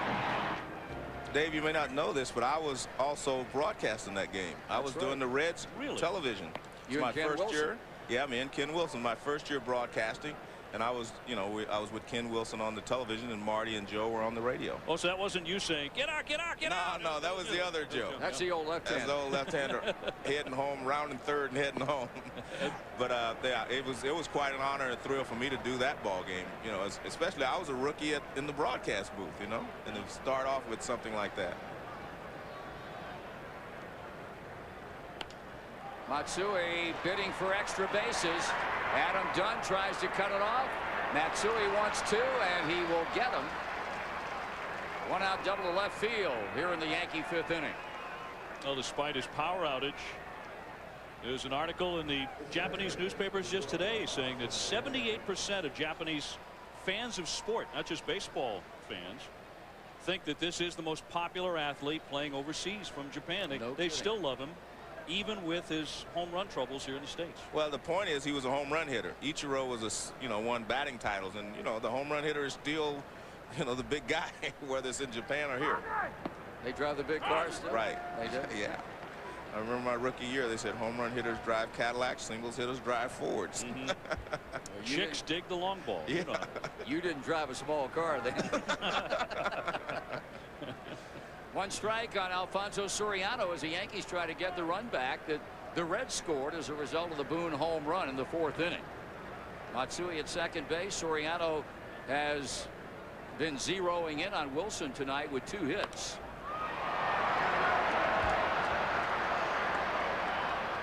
Two out in the inning. I was listening to you, Marty, and I have to bring this up. I don't remember you using all those culinary arts and edifications when you were out with me and Pete at night when we go out to eat dinner. You didn't say anything like that. You want me to give you an idea of what I used to say?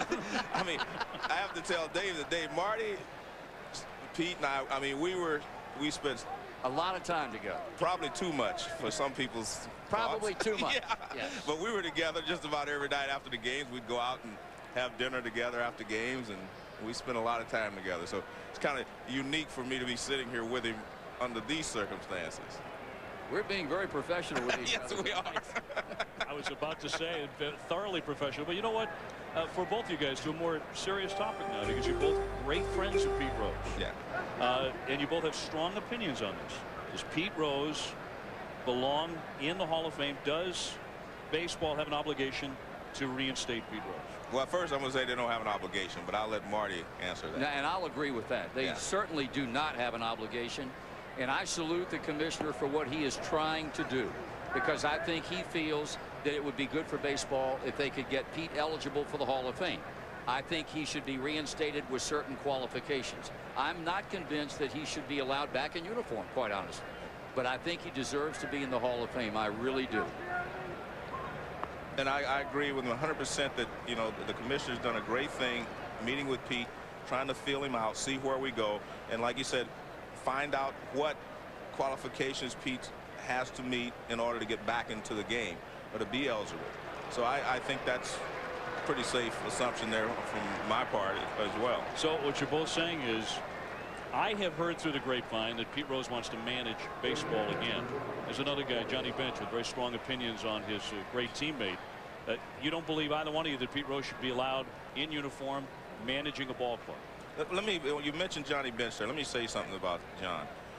John is taking a little bad rap sometimes in this Pete Rose situation, because John was part of the process of trying to get Pete to meet with Commissioner Seeley and trying to get this to a point where Pete could be accepted back if certain, you know, requirements were met. So I want to make sure we say that, because, you know, it seems that a lot of people have misread what Johnny Bench actually was trying to say in those instances. Now go ahead. And I wanted to say that because I'm a friend of Johnny's as well as Pete. You know, I'm a friend of both, and I want to make sure that people understand both sides of that issue. And Dave, I really waffle on the uniform aspect of it. That's a tough thing. I would hope, the one thing I would hope is that Pete wants to be in the Hall of Fame more than he wants to get back in uniform. If it were the other way, I would be greatly disappointed. I really would. Sure. It's a very good observation. And one thing you have to remember, you know, Marty knows Pete Rose probably as well as anyone. You know, even though I lockered next to him for 8 or 9 years and we all spent a lot of time together, you know, Marty knows him as well as I do. So that's the point. You know, and I think Pete's going to make everything known where he stands and whatever one of these days. And I think it's been good that things have quieted down for a while. Absolutely. You know, as they say, you know, you have to give things a chance to breathe. And I think that's what has happened, you know, since this all came up. You know, it has had time to breathe. And I think people have, you know, because it was an emotional issue, sometimes people spoke just with their emotions rather than thinking through, you know, what the right thing to do is. And I think now everyone's had time to step back, let it breathe, and I think you're going to see better judgments made in the next, you know, few years or months or whatever it takes. 2 on, 2 outs, and I think Paul Wilson wanted that pitch and did not get it. Bob Boone is not happy a little bit. Well, you know, what we've proven using K-zone, Marty, on Sunday nights is that pitch there is above the knees when it goes across the plate. Right. And that's one of the things that we have proven with K-zone. There's strike 3 call. Wilson comes back and extracts himself from a ticklish situation. Middle of inning number 5. A good one. Yanks 2, Reds 1. The rookie Ray Olmedo leading things off here in the Cincinnati 5th inning. The Reds need a run to get even. It's a 2-1 ball game. The Yankees have the lead. Last night, a 1-run win, 4-3 for Cincinnati. A 1-run game in the making here at Great American Ballpark in Cincinnati tonight. Olmedo lifting it toward left, and that one will drift out of play. Marty, this has really been a roller coaster ride of a season for Cincinnati. They started out losing on opening day 10-1 to the Pirates. Lost 13 of the first 18, then ripped off 16 wins in the next 22. There's a lot of heat on Boone at the time. Bob Boone, as far as would he retain that manager spot. Then they lost 3 in a row and have gone 4-9 over the last couple of weeks and into the month of June. So you guys have been on a roller coaster all year. Yeah, and I think the one thing they can be thankful for, Dave, is the fact that they are in a division where there is no clear-cut favorite. Every team has some weakness. And despite being 1 under 500, they're only 3.5 games behind the Cubs. As you take a look at Aaron Boone, he's been responsible for the only Reds run tonight with a home run. They're in a great position, and this division is up for grabs. A number of clubs can win it. I agree with that. There are not any all of the teams have some weaknesses, and I think that's the key, that whichever team gets hot and stays hot the longest will win the division. It's going to come down. It's going to be close most of the way. Olmedo down on strikes. They will complete the strikeout. Posada with a throw down to Giambi. We've got time. Let's throw it to the studio. Here's Dave Repson for an update. Dave. Okay, gentlemen, tough acting taking us to Chicago. Sammy presumably cork-free here, Gibbs. Well, you know what, Rever? He's still not hitting the ball, whether it's corked or uncorked, since coming back from the disabled list. 2 for 17 with 9 strikeouts. That was strikeout number 9. Devil Rays up 1-0. Was you interested to find out what kind of reaction the crowd gave at Wrigley Field? Yes, that would be interesting. I would, if I were a betting man, I would bet that the fans received him very warmly. Yeah. Because they love him in Chicago. He plays to the fan. And I've heard someone say today, and I agree wholeheartedly, had that happened to Barry Bonds last night, they would have been crucifying him all over the country today. Yeah. It's the perception that people have about individuals. Right. That is. And baseball's always like that. That's right. You get, you get a reputation for one thing, and it stays with you, whether it's good or bad. Mm-hmm. Paul Wilson hit the ball well his first time up, lined out to Mondesi and right. Joe, does it make sense that a guy uses a batting practice bat that's corked just for show, just in BP, to entertain fans, and it finds its way into a major league game? Does that make sense? Well, I mean, it's not a probable situation, but it's possible. You know what I mean? Because once you take batting practice, you kind of throw your bats aside, and usually the bat boy will put them in your slot. Everyone has a slot. Again, I don't want to ever sound like I'm defending or anyone, but it's not probable, but it's possible. I guess that's as close as I can make it. Right. I would say 99% of the time you say no, but it can happen. We've given this a lot of thought, and I've come to the conclusion that the reason this whole incident occurred last night is because Darren Baker is no longer the bat boy.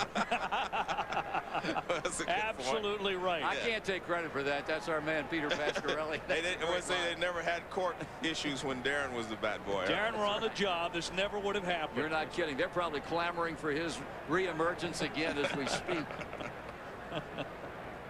Well, I'm glad that Sammy's playing tonight, and I hope he plays over the weekend. I'm there for the weekend with the Yankees, at the Cubs, and I would hate to go to Wrigley Field and not see Sammy Sosa play a game, and then let him take a suspension after that. Selfish. You don't mind being selfish. That's right. Well, the fans on Sunday night, they want to see him. They do. Absolutely. Yeah. I got to be honest. All the other guys that have been found guilty and long years have gone by, and we make mention of former Red Rookie of the Year Chris Sabo. When I see or hear Chris Sabo's name, I don't immediately think, no. Well, here's a guy corked to bat. I don't think about that. Base hit for Dunn. The Reds have their 4th knock of the night off Usina, and Casey comes up with 2 out. Bob Boone raised a lot of eyebrows as you look at Adam Dunn during the Reds caravan in January, when at one of the stops he threw out the possibility that Adam Dunn could be a leadoff hitter, and everybody paused and looked at him like he was stupid. And now here we are into the 2nd or 3rd day, and Adam Dunn is in fact a Cincinnati leadoff batter. I don't think that's going to continue, but I think it does point up how desperate this club is to find somebody that can do a decent job in that #1 position. And now he's 1 for 10 as a leadoff man. That's his first hit as the #1 hitter. Casey's bounced out twice tonight. The tying run over at first with 2 out. Yankees have out hit the Reds 7-4, but lead only by a 2-1 count. And those 2 runs generated by home run number 13 back in the 3rd inning off the bat of Jason Giambi.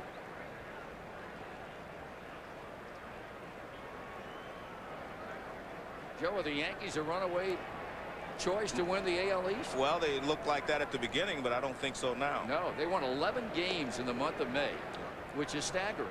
Well, if you look, at the beginning of the season, the Giants and, of course, the Yankees looked like they were just the class of the league, each league. And then all of a sudden, both of them hit on hard times. I mean, it's a long season, and it's just impossible to just run away, I think. And there's Toronto waiting back in the weeds. The steal attempt. Looked like the throw got there in time, but second base umpire Brian Runge says safe. Adam Dunn has his 4th stolen base of the year. And that's unusual because anytime it's close, they usually call the runner out. I mean, if it's a bang-bang play or if it's that close. Posada's throw is to the inside, to the first base side. And you see Jeter swipe at him. If he touched him, it looked like he touched him before he got to the bag, but I'm not sure he touched him. That's a swipe, and you never know. And Posada really did not have a real good pitch to throw on. Right, down low in the dirt. How do you miss a guy who's that big? How do you miss tag him? That's what I want to know. Base hit would tie it up. That ball stung by Casey. That ball's out of here.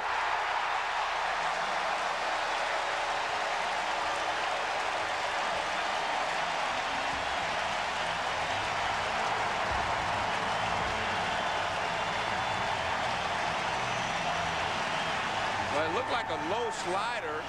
As I said, Messina throws a lot of curveballs, change up, and occasionally he'll throw a slider. That looked like something down and in. Some kind of breaking ball, yeah, down and in. See, it was supposed to be away, and it's down and in, and left-handers can really drop the barrel of the bat on the ball low and in. That was a costly missed tag, wasn't it? Yes.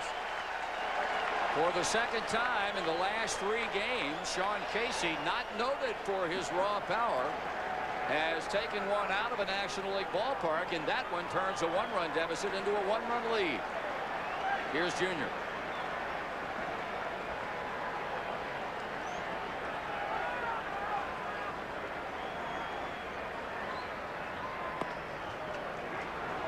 Griffey's grounded to short. He's also bounced back to the mound. Sean Casey, home run number 7.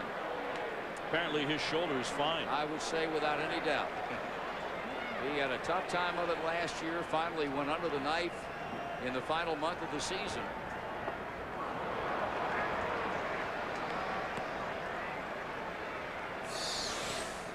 Now, this is the play we talked about at second base.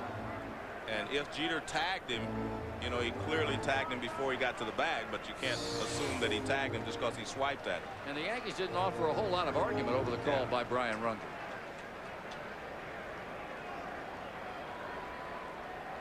Reds trying to get to 500 on the season and playing the Yankees tough here in the Midwest.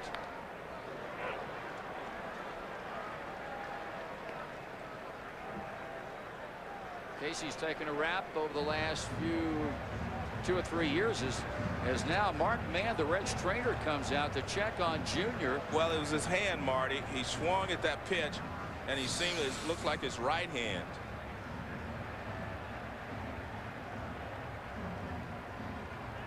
See the grimace. Yeah, he took it. See, he takes the bat off, his hand off the bat on the right side, and he kind of grimaces. It looked like he, you know, a lot of times because your hand is so close to the bat and you turn it over, sometimes you can get that bottom hand caught in an awkward position, and maybe that's what happened. 2 strikes and nothing to count. You've seen it to the plate. Right center, deep, chasing Matsui, gone. Well, I guess there was nothing wrong with it. I'd say he's fine. Yeah, maybe he was decoyed. Back-to-back 2-out home runs. First Casey, now Junior. Cincinnati has some breathing room as they up the count to 4-2. And the fans here at Great American Ballpark are flat out loving it. That's the second time I saw Junior against Greg Maddux, and he had trouble with the changeup. And he finally hit a home changeup out for a home run. This is another changeup that Messina throws him, and it's a good pitch. This ball's away, and he goes out and gets it and hits it out. But he was having trouble with Messina's changeup tonight, but he gets one, picks one out, and hits it out of the ballpark. Here's Austin Kearns now with 2 out. Nice play by Tim Pollard. And the captain of the New York Yankees, freshly crowned, Derek Jeter, feels downright plebeian because it was his missed tag that allowed this inning to continue. And Casey to go yard, now Griffey Jr. Well, I think if you ask Jeter, he's going to tell you he tagged him. Sure. Yeah. So. Question now is, playing by National League rules, Mussina due up 4th in the 6th inning. And Joe Torre's got to be wondering now, do I make a move or do I leave him in there? Well, that's a good point. I mean, it's something he doesn't have to do in the American League. But I think their bullpen is such that he will leave him in. Burns takes strike 3 and didn't like the call by Brian Gorman. Bountiful 5th inning for the Reds. Back-to-back long balls. Cincinnati leads by 2.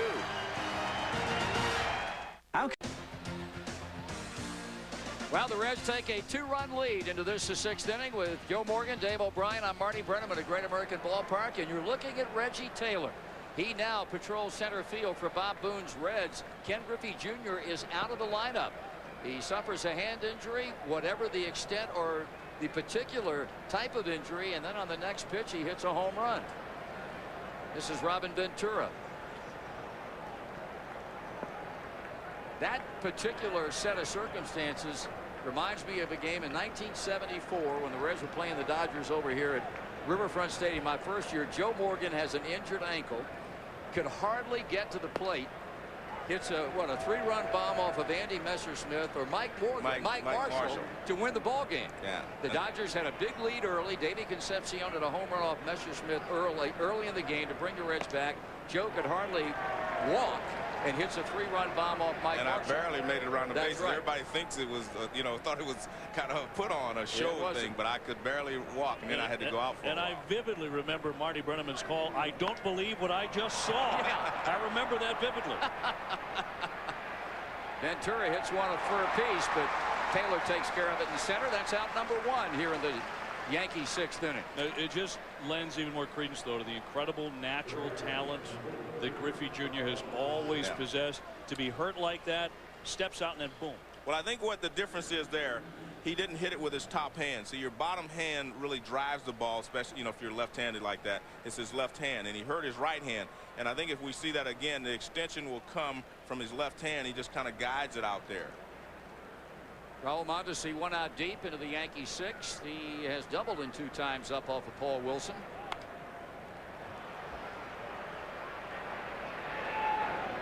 I'm just, like everyone else, hope that he's okay because he's had so much tough luck. And as Marty mentioned earlier, he got in such great shape, and all of a sudden he went down, and you'd hate for something to happen that would take him out again. Now watch his swing, watch his top hand. You won't see his top hand roll over. See that? Didn't. You won't see that because that's why it was hurting, so you wouldn't see that. He didn't want to risk it rolling over and pinning that hand again and hurting it like he did the first time. Paul Wilson making some pitches here in the last few innings. There's Barry Larkin on the disabled list for the 2nd time this season. Injured one calf, came back, played briefly, and then injured the other calf. And it may be a while before he comes back. Oh, that's a painful injury. Yeah. Calf injuries, ball players will tell you it's among the most painful thing they have to deal with. Yeah, well, because you can't run is the problem.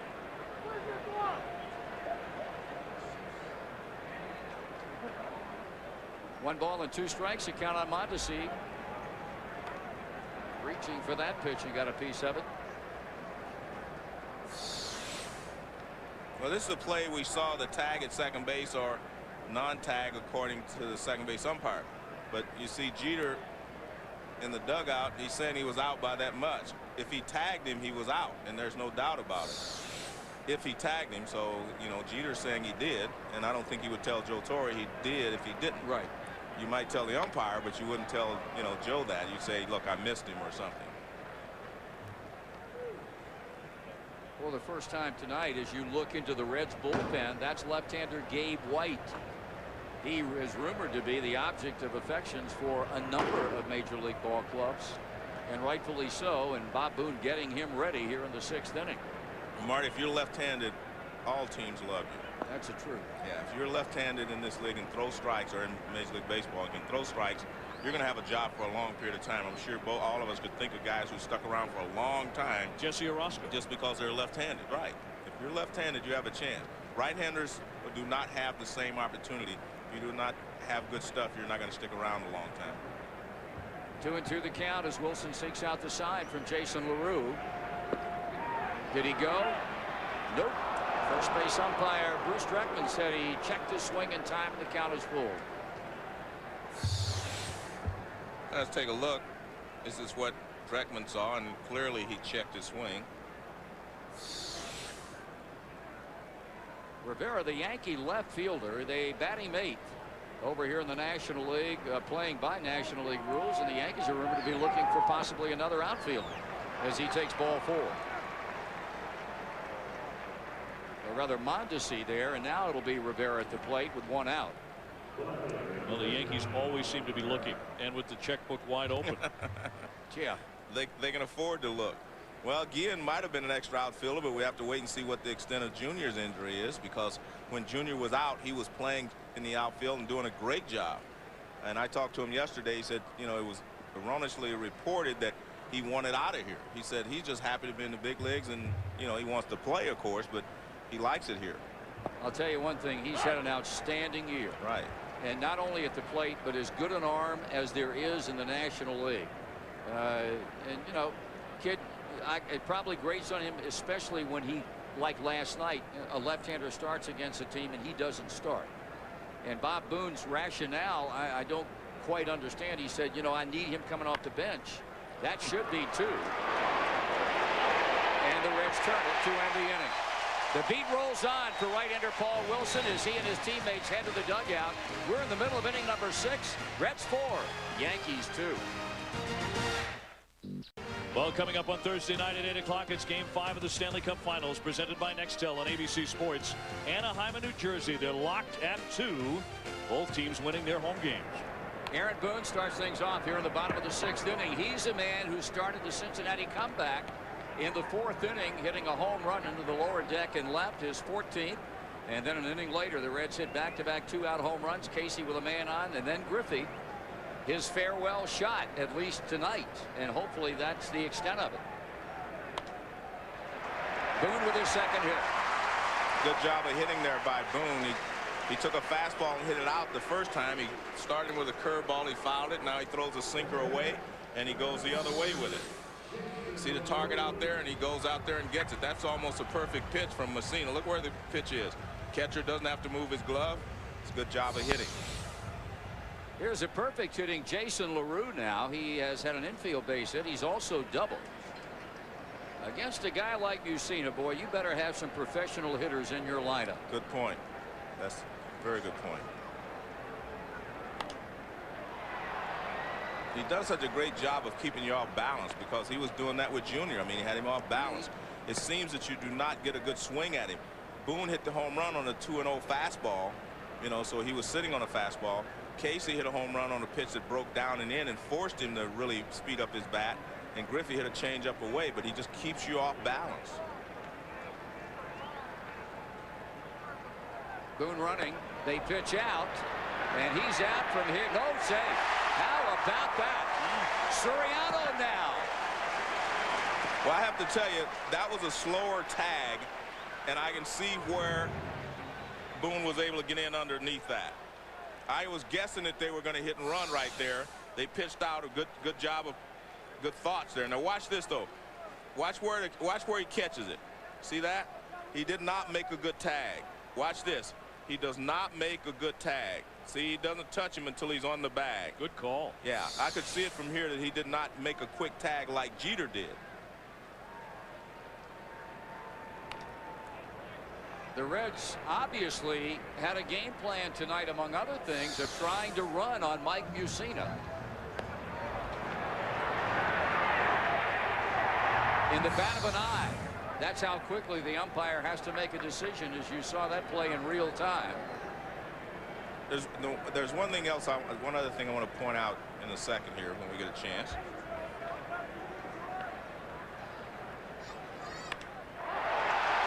Hit well to center field. Reds have homered for the 3rd time tonight off of Mike Messina. Jason LaRue takes him straight away, and I mean with a whole boatload to spare. His 6th home run, and Cincinnati having a big time of it at the Yankees' expense for the 2nd night in a row.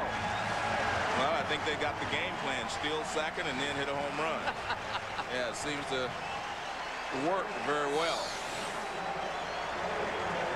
Another fastball. You can see the location was off. That was supposed to be a fastball away.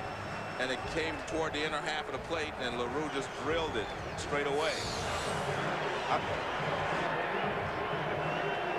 Osada goes to the mound. The Yankee bullpen is busy. What's amazing about this turn of events tonight is that through 11 previous starts encompassing 79 innings, Mike Mussina had given up 6 home runs. He's given up 3 tonight. He's given up four tonight. Also coming off an excellent outing his last time out against Boston. He had a 5-1 lead into the 9th inning of that ball game and eventually would lose it. The bullpen coughed it up, but tonight Mussina's the one coughing it up. And only 82 pitches, so you know he's not tired, but he's missed his spots a couple of times, and I think that's what's hurting him. Here's Felipe Lopez, the much beleaguered Felipe Lopez, and now Mel Stottlemyre, Yankee pitching coach, in a trot, heading out to talk to Mike Mussina. The left-hander is Hitchcock. The right-hander is Anderson. Mike Mussina is his first batter up in the 7th inning. I guess if Joe Torre had his druthers, well, maybe not now. I mean, they're trailing 6-2. I want to show you something. Watch where Jeter is standing when he makes this tag. All right. The point is you cannot outrun the ball. So he's on the inside of the diamond. My point is that means you have to swipe back to get the guy. See where Soriano is? Same place. You know, I was always taught you go to the bag and straddle the bag, catch the ball, and the guy has to come to you. It takes longer to catch the ball and swipe at a guy than it does to catch it and drop it straight down. And that's one of the things that I see there on those 2 tags. Although Jeter made a pretty quick tag. Rivera makes a play for the first Cincinnati out of the 6th inning. Now Runge may have missed the call on the Jeter tag or non-tag, but you got to give him a lot of credit. So many umpires assume if that throw beats him, he's out. Well, the second play he got correct, no doubt about it. But I could see that from here that he tagged him late. He didn't make the quick tag. Second trip to the mound means the Yankees are going to make a pitching change. The kid Ray Olmedo is due up next, and Torre takes the ball from Mike Mussina and heads to the Yankee dugout. Last 4 starts, he's been beaten up a little bit, and tonight allowing 4 home runs. So they'll bring in the right-hander here. 6-2 Cincinnati. Well, time for a special tribute to the Hall of Fame voice of the Cincinnati Reds, Mr. Marty Brennaman. Delighted to have him in the booth. Some others delighted to have him around as well. Well, as a broadcaster, there's nobody better in baseball today, even after 30 years in the major leagues, than my dad. There's been nobody better over the last 30 years, and in the big game, the big series, even now, it's electric, mesmerizing to listen to. As a father, he's always been there through the good times and even through some of the bumps in the road, and there have been plenty of those. And maybe more importantly, and most importantly of all, as a friend. Even now, I can call him and ask him for advice professionally, personally, going through our first pregnancy now, my wife Polly and me, and he's there to lend a helping hand and a word of encouragement every day, anytime, night or day. I love you, Dad. I know you're having a great time there with our buddy Joe. Have a good time tonight. See you in Arizona in a couple weeks. You know what? We should have clipped that and you play that on Father's Day. That's a Father's Day gift right there. I'm not an emotional person, but that kind of got to me a little bit. Yeah, well, that's a Father's Day gift right there. Now that's the best of all, because I tell you, he's a great young man. You're right, he is. I talk to him all the time, and we get a chance to spend time with him because I go to Arizona more than you do, I guess. But I get a chance to talk to him, and he is a great kid, and you should be proud of him. And I got to tell you, I'm proud of him because I've known him since he was a little kid too. But I want to make another point, and I know you live it on a much larger scale than I do because of your national celebrity. And everybody's inclined to talk about my son because he's in the business. Right. I've got 2 great daughters. Right. Okay. Dawn and Ashley, and I've got 2 grandsons. And you know, you want to promote all your kids, and you've got great girls. Right. And you know, the greatest compliment you can have, the greatest feeling you can have, is to have your kids to grow up and be great citizens. That's the and you've got grown daughters, and you know what I'm talking about. Exactly. Yep.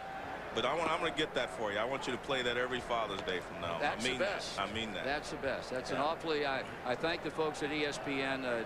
That makes my night. Yeah. That makes my night. Wait till you see what Dawn and Ashley do a little later. No, I'm just kidding. Not gonna happen. Tommy did a great job, and that's terrific.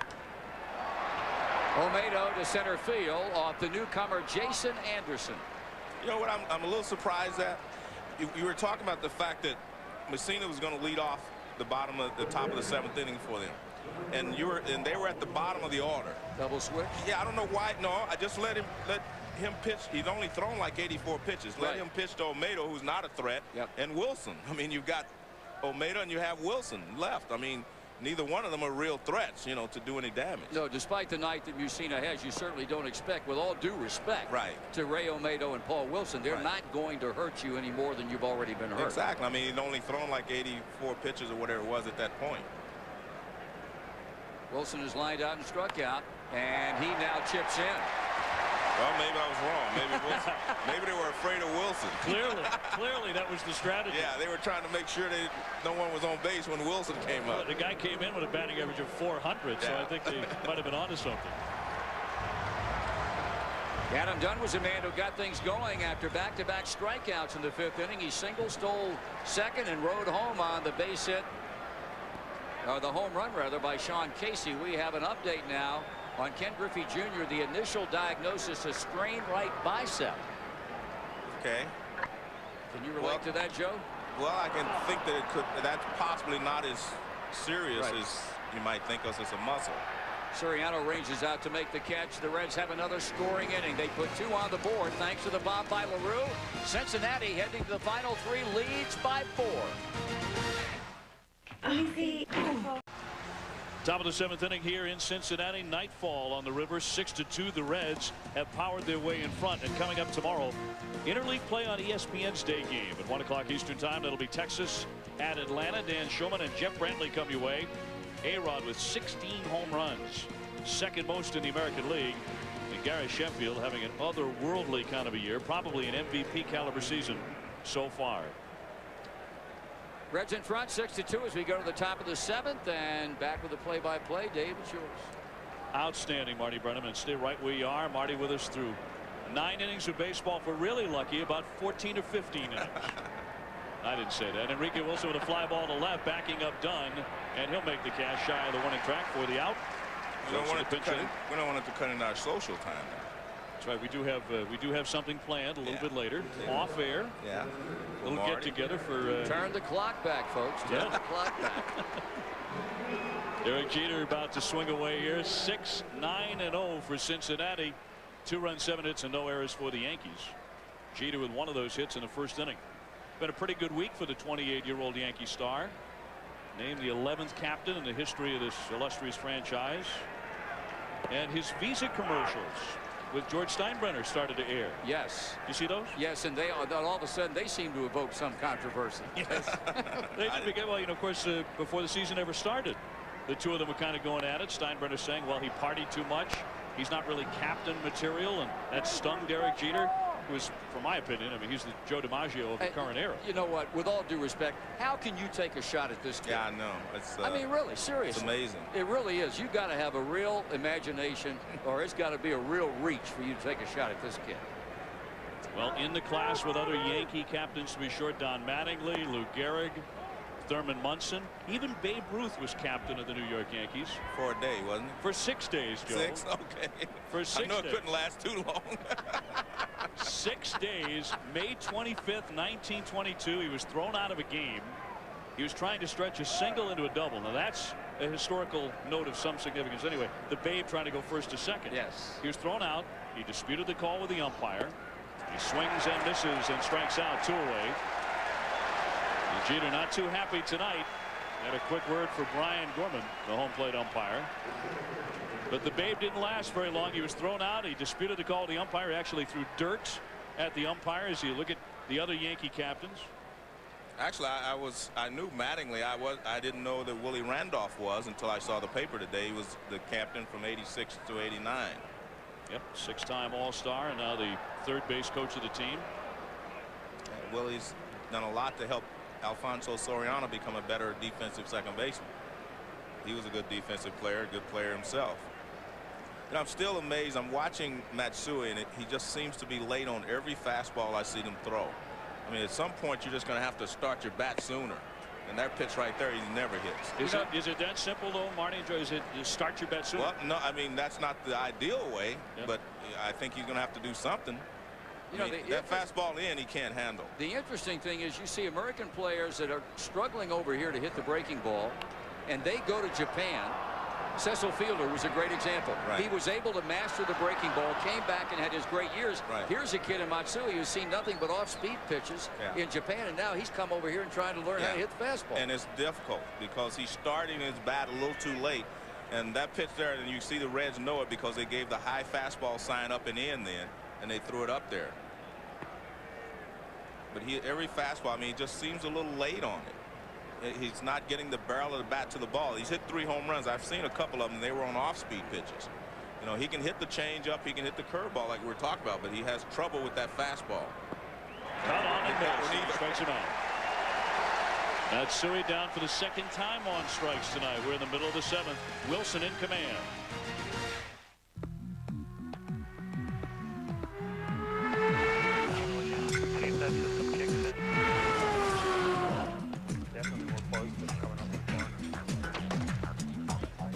The reason we race is simple.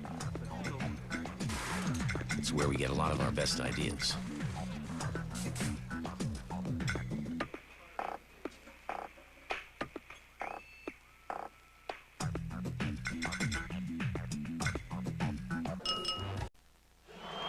In the Midwest, he is the voice of baseball, Marty Brennaman.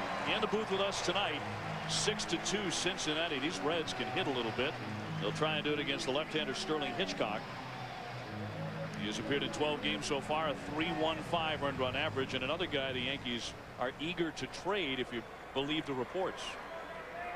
Well, they thought of him as a starting pitcher, and he's making starting pitcher money, so I guess that's why one of the reasons that they feel that they want to, you know, get rid of him because he's not a starter anymore. Aren't all the Yankees making starting pitching money?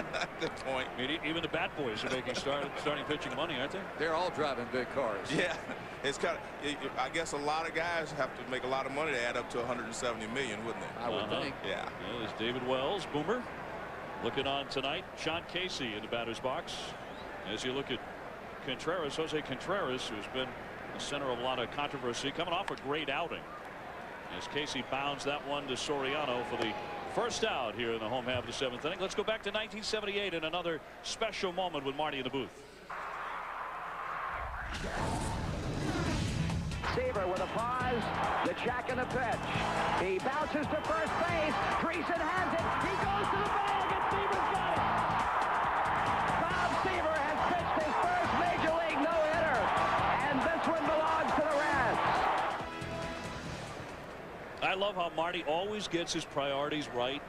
Calls the no-hitter first, and then this one belongs to the Reds. I didn't say it 2 weeks ago, and you thought the world had cracked open. And people call in the talk shows, and this guy said, well, he's mad because they didn't put this one belongs to the Reds on the outside of the ballpark, and that's the reason why. I forgot to say it. Oh, man, here are your top 5 as far as pitchers go, and you've got Seaver right at the top of the list. And I tell you what, I struggled with one guy that I wanted to put on the list as Taylor pops up, and that is John Smoltz, because he was a dominating starter and he's become the most dominant closer in the game, and he's still going strong. But I don't think you can argue with that list. No, it's a pretty good list. I mean, if you started those guys in the World Series, you're probably going to win most of the time. And Joe and Dave, the point I want to make is I've spent my entire career in the National League. With all due respect to the Roger Clemenses of the world and all those people, I've never seen them pitch. Yeah, an American League, you know, National League guy, I can understand that. But really interesting that you would be considering, as Curran swings right through the pitch for strike one, that you would consider a current day guy who has changed careers essentially in John Smoltz. I mean, from the dominating starter to, I think, the best closer in baseball. Absolutely, without a doubt. And you know, you think about Dennis Eckersley and what he did when he made the transition. I don't know that Dennis Eckersley was as dominant a pitcher as Smoltz was when he was starting. No, he wasn't. He was a different kind of a pitcher, but he did throw a no-hitter. But I mean, he was a different kind of a pitcher. Yeah. There's my top 5, pal. Joe Morgan right there at the top, and Johnny Bench, Bonds, Schmidt, and Rose after. But Joe Morgan, you've said this before. You've said it for years that for 75, 76, no one was better. You know, my wife Sherry said this is a real suck-up job here. That's what I was thinking. And I said it is not a suck-up job, because I've said for the last 15 to 20 years, for 2 years, the best player I've ever seen is this man right here, and I'm not going to deviate from that now.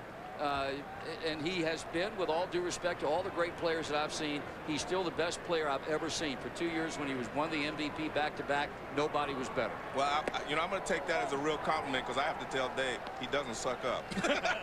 Hey, I've known him for a long, long time, and he never sucked up. Doesn't suck up to anybody. No, that's what I mean. So I've known him for a long time. So I really appreciate that, and I thank him. But you know, there are a lot of great players that have played in this game, and I'm just happy to be in the Hall of Fame with some of them. Well, 2 Hall of Famers in the booth here tonight, and Joe Morgan and Marty Brennaman. And Johnny Bench is also here. He was on that list you just showed us. He's subbing for Marty tonight in radio. And the point I make about him, Dave, I tell people, I said he's the greatest player in the history of the game at a single position. Right. And people said, he's not the greatest player in the game. I said, wait a minute, let me say it again. At a single position, he revolutionized the art of catching. Correct. I mean, he had the biggest hands. People forget he had the biggest hands of anyone that you've ever seen. He was the first guy to use his catcher's glove like a first baseman's glove. I mean, short hops that came from the outfield or throws, he could scoop them like a first baseman and still make the tag. He was unbelievable. And block the plate, you didn't want to try to run through there. How many baseballs can Johnny hold in one hand? Six or seven. Yeah, somewhere in there. Yeah. I've heard that. I figured you guys were both the two. There's a deep drive to left center. Well struck by Austin Kearns. He will not get enough, though. It's going to die out there in Matsui's glove. And it's a 1-2-3 inning. So we have completed 7 in Cincinnati. Marty Brennaman's house. It's 6-2, the Reds. Kids, today we're going to rob a home run, and this is how it's done. Major League Baseball Charities is a proud partner of Boys and Girls Clubs of America. Come on, you got to rob back. You guys want to know about the Rally Cab? Make a big W. This is an important part of baseball. Through programs like RBI and Rookie League, they bring baseball and softball to kids around the world. Ooh, you're supposed to jump. Together, they create a positive place for kids. Come on, come on, come on, come on. Oh! Day Night Baseball, brought to you by DirecTV. Wednesday Night Baseball here on ESPN, and inside Great American Ballpark, the new palace of the Cincinnati Reds. Well, tonight, Paul Wilson was certainly the king as he went 7. He allows 2 runs, 7 hits, 5 strikeouts. Obviously, he is finished, and he gives way to the left-hander, Gabe White. Marty, you were saying that might be the best he's thrown this year. Absolutely, far and away, Dave. He was outstanding tonight. We talked about the transition that he's made from being a power pitcher to a finesse pitcher, and this guy really has a handle on what it takes to be successful. If he pitches to spots and he's consistent, then he's going to be successful, and he was tonight. Now, White has been terrific in 27 appearances, a .233 earned run average, and obviously staying away from ball 4. He's facing Soriano, who doesn't walk too much. Alfonso's gone 2 for 3, and he's done it in front of 42,082. They shoehorn them in here tonight for the Yankees in town. High fly along the right field line and moving over Kearns, and he'll make the catch for the out. Time for a look at our Wagner pitching summary as we break it down for you. Wilson came in with a 2-4 record. Mike Mussina trying to get back into the win column after losing his last 3, and obviously Wilson outpitched Moose Mussina. Well, he threw 108 pitches. Mussina went out after 84.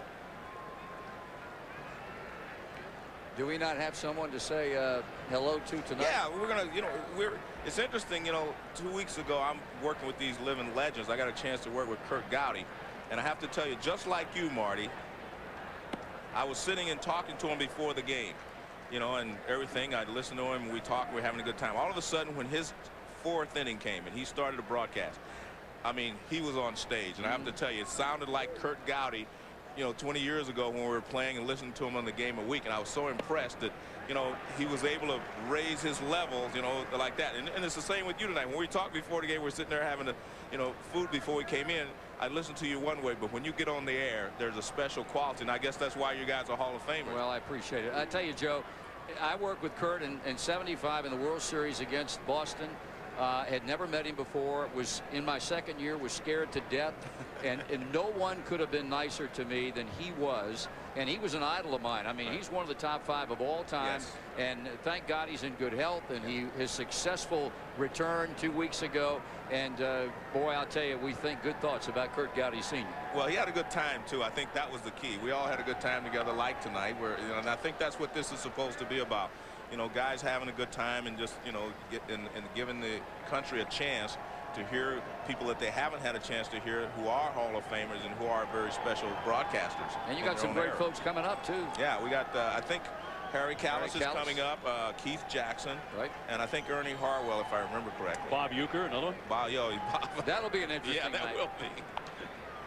Fouled back by Giambi. He has homered tonight. That was in the 3rd inning. I got a chance to work with Uecker, of course, during the World Series, a few times, and I mean, I have to tell you, that was special. He's a very special guy too, and he's going to be inducted into Cooperstown this year. I called within 5 minutes after the announcement was made.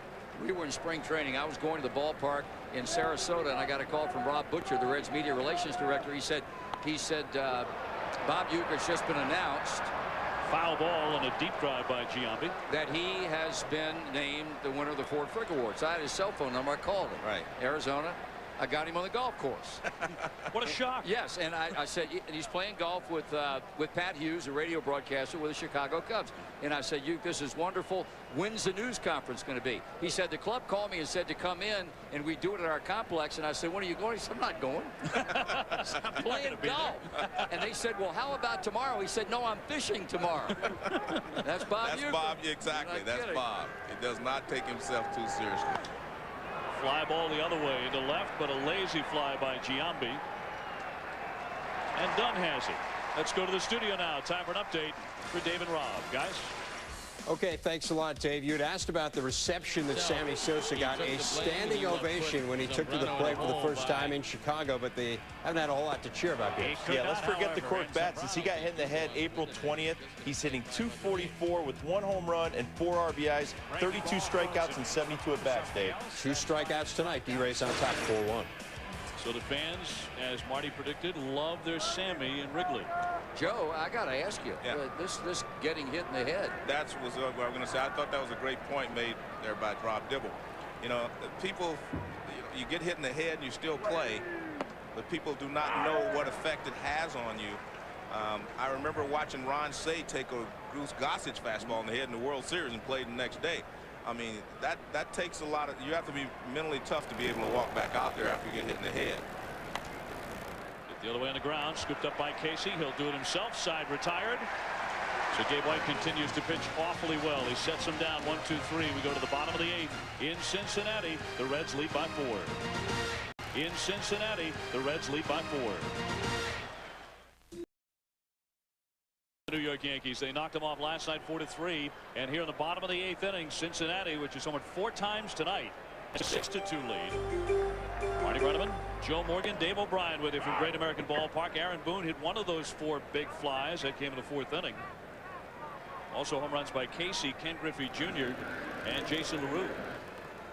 With Rob Dibble back in the studios on this date in Reds history in 1989, he struck out the side on 9 pitches. Man. In the 8th inning in a 6-2 win over the San Diego Padres. A couple of those may have hit triple digits, huh? I would imagine. Threw very hard. Boone, LaRue, both homered back in the mid portion of this ball game, and that was against Mike Mussina, who was knocked out after 5 1/3. Mel Stottlemyre on the horn again. He has Hitchcock in the game right now. Cincinnati batting here, but it looks like there's a little trouble communicating here. I don't know if they can hear Mel on the other end of the telephone. I hope the rest of the people that use those red phones don't have a problem getting to each other. You heard Mel there? Can you hear me now? Can you hear me now? Good. Boone has also added a base hit and a stolen base. He has scored 2 runs. And home run is 14th. He takes inside. Hitchcock working him in on the fists. Marty, tell a story about how you were hired some 30 years ago by the Cincinnati Reds. How did you wind up here? I was doing AAA baseball in Norfolk, and doing ABA basketball, the old Virginia Squires in the American Basketball Association. And Al Michaels had the job, 71, 2, and 3. Fly left center. In comes Matsui for the catch. And left after 3 years to go to the San Francisco Giants. The general manager I work for in Norfolk, who is still there today, Dave Rosenfield, ran into Dick Wagner at the winter meetings in Houston in November of '73. And just a chance meeting, and in the course of the conversation, Dick said, Al Michaels is going to the Giants. We're looking for a guy. Do you know anyone? And Dave said, yeah, my guy's okay. And Dick said, tell him to send me a tape. I did. Later on, I found out 221 people applied for the job, and I think I got it because I work cheaper than the other two guys. That's being awfully humble. You have never sent out another resume tape. No, I never have. Dave, over the years, I've had a chance to move on to bigger markets, but every time I had to pull the trigger, I couldn't leave this town. I love this place. I've raised my kids here. It's a great place to live. It is a great place. Now, you're also a terrific basketball announcer, and I know that you've had plenty of other opportunities, but you've also called 3 World Series here and 3 victorious World Series. Right. I was blessed. As I said earlier, my timing in coming to Cincinnati could not have been better. Blessed because I've been here in the most fruitful period in this franchise's history. 3 World Championships, being around great players like Joe and Bench and Rose and Foster and Perez and Concepcion and Griffey and Geronimo and ad infinitum. I mean, I have really been lucky to be around great players, and more important, there's one of the all-timers right there in Larkin. I've been around great people, and that makes the job easy. In for a called strike on LaRue's. Had an excellent night. He has singled, doubled, and cracked a 2-run homer. And those of you who have never had the treat of listening to Marty Brennaman, especially wrap up a Reds victory, stay with us into the 9th inning tonight, and that is what the Reds fans hope will happen, what Marty hopes will happen. Another Reds W, which would get them to 500 at 29 and 29. They came in tonight in 4th place in the Central, but trying to pull to within 2.5 of the Cubs. That's if Tampa Bay knocks off Chicago at Wrigley Field, coupled with a Reds victory. Here's the 3-2 pitch. Little jam shot, squibbed on the infield. Soriano on the charge, gets him. 2 down. This copyrighted telecast is presented by authority of the Office of the Commissioner. 2 down. Lopez is 0 for 3. He has struck out 2 more times after whiffing thrice last night. You've gotten your strike 3 called down pretty good this year, haven't you? Yeah. Well, if I ever had any problems with it, I've caught up. I've gotten even this year. And coming into tonight, the Reds had struck out almost 500 times and on pace to come very close to Bob Uecker's 2001 Milwaukee Brewers, who set the all-time single-season record. And I'm a real proponent of having hitters that can make contact. Yeah, I am too. Although I read a piece you did some time ago on ESPN.com about on-base percentage and how you think that should be just one facet of the equation. Yeah, I think that a lot of it is being overemphasized. You know, if you get a bunch of 260 hitters and they just walk, you still have to have someone to drive them in. They're not going to give you 4 walks in a row to score a run. 2-1, cut right through, another swing. You're under pressure to get the runner home from second with 2 outs, and guys that are able to do that, that tells you something about, you know, what they can do as a hitter. I mean, you need everything. You need to steal bases, you need to do all of that, but that's what it's about. Well, he's getting used to hearing those boos. The 3rd time he has struck out tonight. We go on to the 9th. It is 6-2 Cincinnati. The 9th inning in Cincinnati. And once again, we turn it over to our living legend, the voice of the Reds, Marty Brennaman. Thank you, David. It'll be Robin Ventura leading it off for the Yankees here in the top of the 9th inning. They are down 4. Gabe White in his 2nd inning of work. And here's a left-hander who has been drawing the interest of a lot of big league ball clubs, and the Yankees happen to be one of them. And he has done nothing but pitch well all year. In fact, he's been the most consistent pitcher in Bob Boone's bullpen. There was a knock on him a year or so ago that he couldn't get left-handers out and left-handed hitters out. Now he can get right-handed hitters, left-handed hitters. It doesn't make any difference. He is far from a situational left-hander coming out of the Cincinnati bullpen. Ventura single back in the 2nd. He's 1 for 3. The Reds 6, the Yankees 2 in the 9th. got a good fastball there, tailing back in on the left-hander. The Reds have had the luxury this year of 3 left-handers in their bullpen. The other 2 being Kent Mercker and Felix Heredia, a couple of veterans.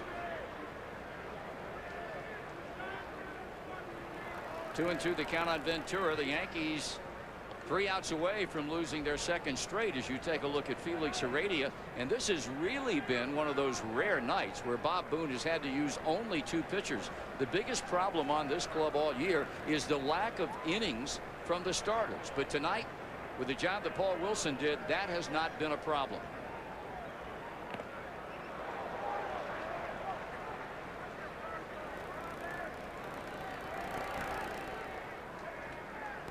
That graphically, in more ways than one, tells a story of what a struggle it has been for this rotation. Wow. There's Jimmy Haynes, who pitched well last night. Bob Boone is hoping that this is the beginning of a turnaround for this pitching staff. Ventura serves one down the left field line, but foul. And it should be noted that with the Yankees losing here, the Boston Red Sox appear on their way to a doubleheader sweep of the Pirates at PNC Park in Pittsburgh. If those 2 scenarios play out as they are right now, the Yankees will fall out of first place in the AL East. Boston would replace them. And the boss would be fuming even more. Yeah, like he needed more ammo coming into this week. Yeah. White has gone the distance on Ventura, leading off the 9th inning. Well, as most baseball fans know, you do not want to walk the leadoff hitter when you have a 4-run lead.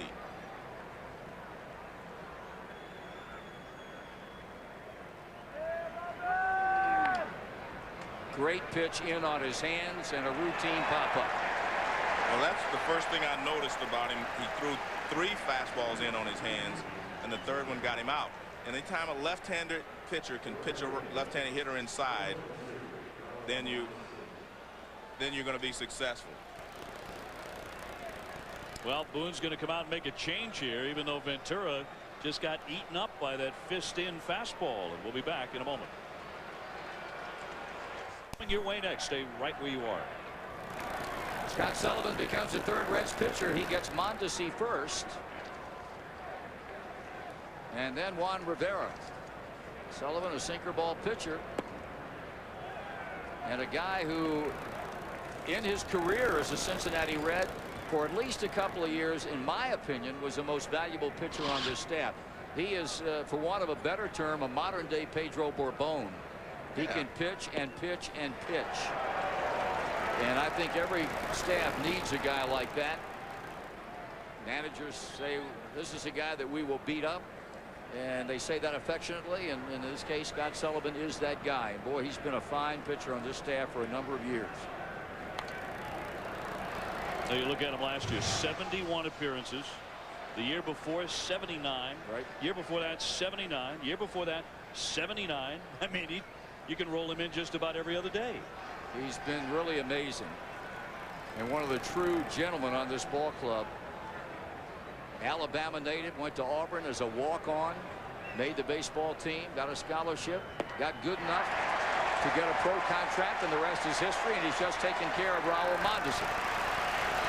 Well, it's a big breaking ball. He's thrown a couple of fastballs tailing in.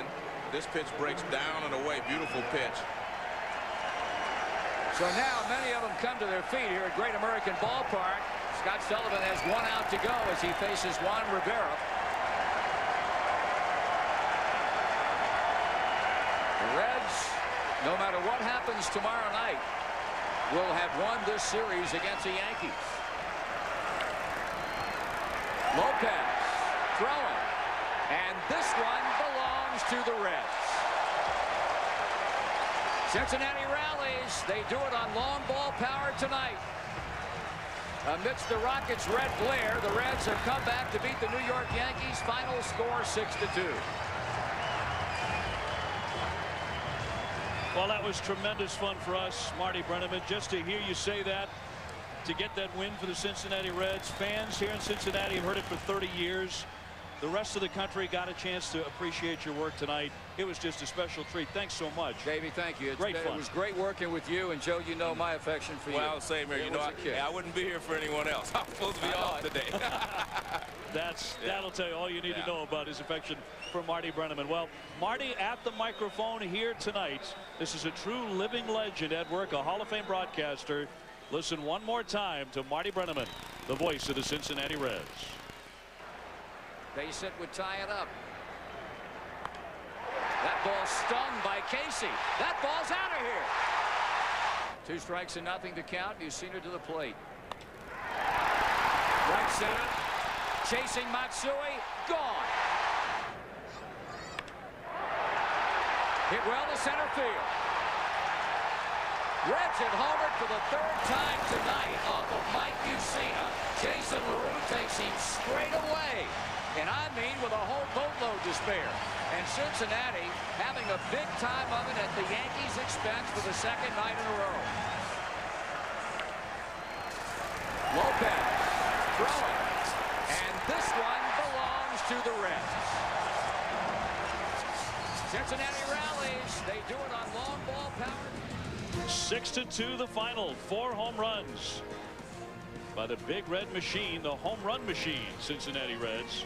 On a night we invited the great Marty Brennaman in for a little play-by-play and a little baseball conversation. Baseball Tonight coming up next with Carl Ravitch, Bobby Valentine, Peter Gammons, and Harold Reynolds. This has been a presentation of ESPN, the worldwide leader in sports. For Marty and Joe, I'm Dave O'Brien. Good night, everyone, from Cincinnati.